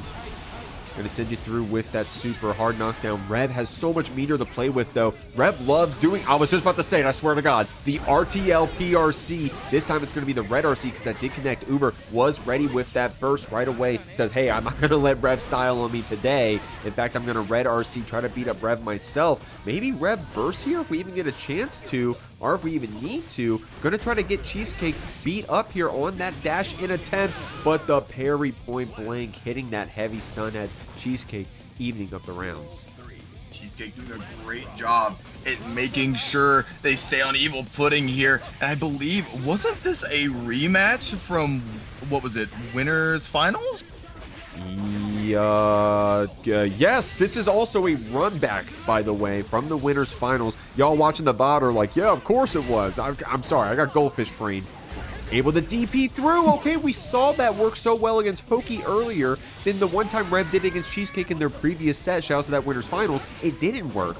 But here we go. I guess this must be a timing thing. Rev has got it. And going in here, resetting pressure with the needles, getting the pickup off of the jumping follow-up, but Rev has 100 meter on their side. What did you say they like to do, Jeek? Oh, they backdash here. Doesn't have the burst on their side, and Anji can pump out so much damage, but doesn't end up getting the kill. Soft knockdown, here it comes. TK RTL, and we got the PRC ready after. Oh, Robbie tried to do a DP, but in that fish, the Foudre Arc getting anti-air Cheesecake. Catching you in this game 1 of Grand Finals. Cheesecake doing such a great job of using the spin to try and get Rev to press, and it working, calling out that RTL PRC that you said that they were going to go for. We've seen them do it time and time again, and now UberCheesecake is starting to call it out. Oh, good start to the set so far, man. Literally down to the wire. One more hit would have taken it. Depending on who you're rooting for, you're either shooting out of your chair or your head in your hands. But that's what's so awesome about this game, man. Only one person can win. There's only ever one winner. Only ever one graduate here at the Academy. Who's it going to be? This time the DP was a little early, so the spin actually goes through it. Cheesecake able to get that punish after, building up that tension. Going to send Rev through the wall. Hella damage on the side of this guy. Man, they're using these spins so incredibly well. But Rev able to show that defensive knowledge that they've been showing versus Hoki and even versus UberCheesecake in the past. Has the meter to convert into the DP. Uses a Sun State or Shock State to continue the combo and ends up breaking the wall. All of a sudden, it's a clapback round. It was looking like an Anji game for a second, but another Stun Dipper RC, man. That's going to be a lot of damage. Instead, we go for the reset with another Stun Edge. Cheesecake trying to get something started with that Far Slash. Going to YRC. I love that early cancel on the Rekka. Maybe trying to see if Rev wanted to get something cheeky with a possible DP or a mash. Cheesecake was ready with that block. It pays off. Gets this first round, but Rev will have that burst ready just in case we need it. It's so patient right now. Man, these players aren't playing like it's Guilty Gear, but Rev throwing out that DP, not wanting to let UberCheesecake get this pressure started and going. Has the follow-up on the run-in. The backdash does end up getting away from the close slash meaty, but it doesn't end up working. UberCheesecake is constantly resetting. Oh no, Rev, you gotta do something. The charge projectile. UberCheesecake is up 2-0. Great stuff here from Cheesecake, man. Just would not give Rev a second to breathe. Said, hey, I respect you, homie, but if I'm going to win, I'm going to do so by beating your ass here in this corner. I'm not going to let you press. I'm not going to let you do anything. I'm going to do these Anji specials and normals on your wake up, and I'm going to make you hurt for it. But Rev has been showing us some awesome options against this Anji, showing us how we can DP through that follow-up of the spin, showing those heavy stun edge combos when we get those hits, the stun dipper from downtown. We got to see some more from that from Rev if we're going to make it through this grand finals. Tries to get the jump in, but decides to burst right away. Doesn't want to give Rev the chance, and what a burst bait! UberCheesecake just seems like they have all the reads, but that DP ends up catching that meaty close slash, and now Rev is on the offensive. We've seen them use these combos and conversions all day. Gets the 5P wall break, has the positive bonus, runs up to grab the spin to hard call out. Now gets the setup, but the charge doesn't end up coming out. UberCheesecake using these defensive resources, and Rev able to get a round on the board. Dude, Rev is so good with that Stun Dipper RC. At the very least, Cheesecake has not made the adaptation quite yet to deal with it. It's paying off for our Kai player here, getting these stun edges from the full screen. Cheesecake doing a good job at doing those early cancel spins, but it's paying off here from Rev right on the outside of that spacing to get stuff started. Couldn't get a punish on that deflect shield, but Cheesecake getting beat up in this next interaction. The Red RC trying to turn to a wall break, but it's going to turn to a drop them all. Oh, gets the drop, but UberCheesecake isn't out of this yet. Gets the low, goes for another low, baits out the DP. Rev is so incredibly antsy on defense right now. Wants to get a game on the board, but UberCheesecake is calling out every option. The DP whiffs once again. We get a counter hit on the close slash into the low. UberCheesecake gets the wall stick. And at a point in time where we thought UberCheesecake might end up losing the game, they go on tournament point. Rev right here, still not out of it, getting that shock state applied. Cheesecake doing a great job at doing these fake spins, trying to bait Rev into committing too hard. Doesn't want to give up that positive bonus, going to spend that burst, but because we went to neutral here, Rev gets a counter hit on that Foudre Arc, is going to carry this Anji to the corner. Great FD blocks, but it's spending that tension. Couldn't get the DP in time off of that fish follow-up, and now Rev is getting beat up for it. Oh wow, the DB comes out from Rev, goes for another charge of the walls of the Wild Assault. We've seen them do this time and time again, and they're able to claim the game with it. Even though UberCheesecake was on tournament point, Rev is not phased and puts a game up on the board. Great stuff there from Rev. I mean, to be fair, right, the first one hit, but Cheesecake had the burst to keep themselves safe. But it's not that they blocked it. So Rev is saying, hey, homie, if you already spent that burst, you don't have it anymore, then maybe this is going to hit. So Cheesecake's going to have to make that adaptation, or at the very least, Rev has probably got some mental damage applied. Man, going in for this pressure, making their presence known in neutral. This is the UberCheesecake that we've seen so far, but it's starting to rely too much on those spins in neutral. Even though Kai is great at applying this pressure, goes for the switch up and gets the mix, the just block on the needles. Rev able to get the bait off of the Roman cancel, but not able to convert into a combo. Has the stun dipper, but no meter. Uses the BRC on the side of UberCheesecake, doesn't get the YRC, and what a conversion from Rev. Yeah, that frame trap Diraclat, Rev is really good at converting that into combos, catching you with that JD on that backdash. Cheesecake able to buy some distance with that deflect shield, but Rev was ready with that Stun Dipper RC, getting that burst meter as well as the round.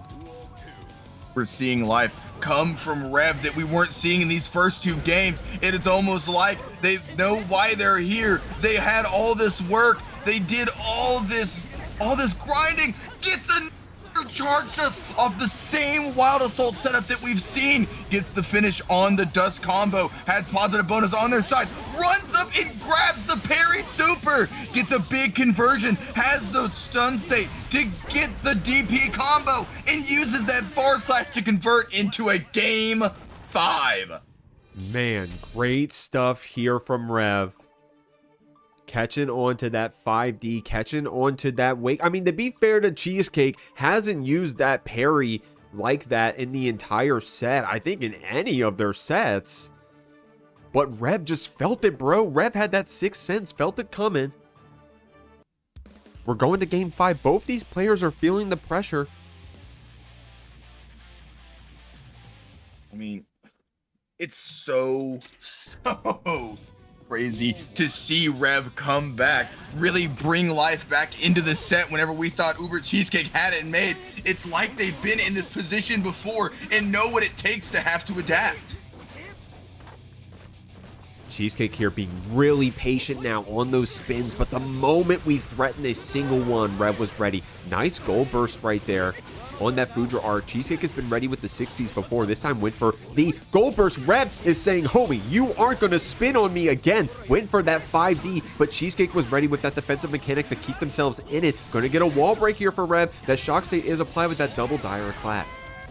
Man, Rev is doing such a great job with these combos and calling out these spins inside of neutral from UberCheesecake, but UberCheesecake showing why they're here, showing how they got here in winners, showing why they understand this matchup so well. Gets the jump and tries to go for the JD. Maybe could have been a jump throat attempt, but it doesn't end up coming out. UberCheesecake very confident in this round still, but Rev with the run-up throw gets the OTG, and we're on reset point. Dude, Rev has got this throw attempt from Cheesecake, or rather this spin attempt on lock. Every time we've seen the spin come out, Rev was ready with that throw right away. Rev's been playing against Anjis all day, so you'd expect that from them. And a player at least at this magnitude. 2H getting YRC, Cheesecake really good at using those to get their turn back, get their stuff started. But Rev good at clapping back with that Stun Dipper RC always.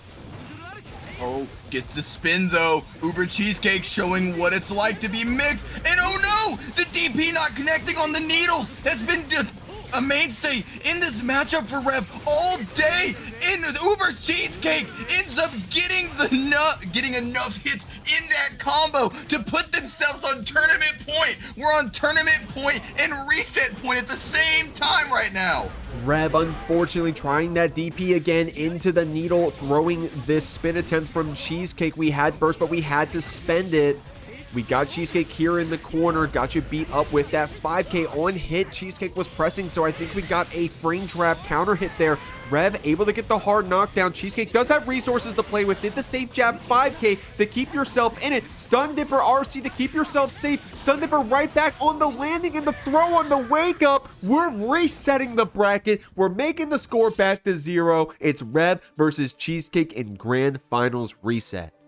Man, Rev doing such a great job at just converting off of every single hit. The mental stack from the mix is just gaining so much that they're adding little bits and pieces on top to it every single interaction. They're representing the throw after the stun dipper. That's something that they haven't really shown that often. Here we go, far slash counter hit. Oh, Rev was confident there, held back, tried to bait the burst from Cheesecake, but we saved it and it paid off. Gonna get another counter hit here. Rev confirming that counter hit with the wild assault. Got some scaling here after that red RC. Couldn't keep the combo going, but we got the counter hit on that Fuji arc. Gonna send you through with that direct flat. Shock state applied. Ukyo, this set is going crazy. It's going insane right now, and these callouts are coming from each player. Gets the stun state into the Roman cancel. We're continuing our combo, pushing to the wall, and Rev gets the first round of the set with a perfect. Great stuff right there. That was a long perfect too. Cheesecake. Oh my god, good block on that Nagiha right there from Rev, staying on top of you with that wild assault. This time not just throwing that full charge 5D after, because Cheesecake has been starting to block it, but the tap dust is going to work. We are going to bait that burst after. Cheesecake does have meter to play with on the other side. Rev is doing such a great job right now, being so patient, catching UberCheesecake mashing, has the Roman cancel to get the first game of the set. It looks like Rev is on fire right now. Definitely a hot game right there for Rev, just going to keep it a buck. Cheesecake here, an amazing player here in this Anji, multiple time top 8er, wants to find their chance to graduate, and if it can be anyone, it could be them. This set isn't over yet. We're just now starting in the reset. Cheesecake only needs 3 simple wins to take it off, to get it out of here. We'll have to see, but right now, Rev is cooking on that hot seat. Rev also someone who's been in this spot before. Both these players just looking for their chance to graduate here. And oh, UberCheesecake understands the situation at hand. The run-up grab from so deep on the stage forces the burst out from UberCheesecake, but Rev able to get these hits. Oh my god, great whiff punish right there from Cheesecake. That was some awesome spacing using the 2S to beat the bar slash from Kai. I didn't realize you could do that. Wanted to keep that one going, of course, with that JD bounce, but Rev gonna go ahead and capitalize on that with that Sun Dipper RC. Gonna bring it to the wall and in fact break it. Man, what a great routing there. Gets the side switch into the corner break, goes for the throw shimmy, but man, this deflect shield coming out is able to stuff out that PRC. Stops Rev from getting in and inserting this pressure. UberCheesecake has 50 meter on their side, but so does Rev. Ends up converting into a round win. Great stuff right here. Rev right here. Okay, trying to get a little greedy with those throws. Cheesecake catching on, saying, I'm not going to give them to you, but Rev just goes and tries it again. Heavy stun edge. These deflect shields from Cheesecake have actually been pretty good pushing back Rev. They haven't really been called out by Rev, but we have been just holding W. I mean, look at this. Trying to get that throw, but Cheesecake isn't going to let you get away with those forever, Rev. You got to mix it up a bit. Look at that 2S pickup. Last time we tried the far slash and it didn't work. We immediately adapted to the 2S. That's a sign of a great player like Cheesecake.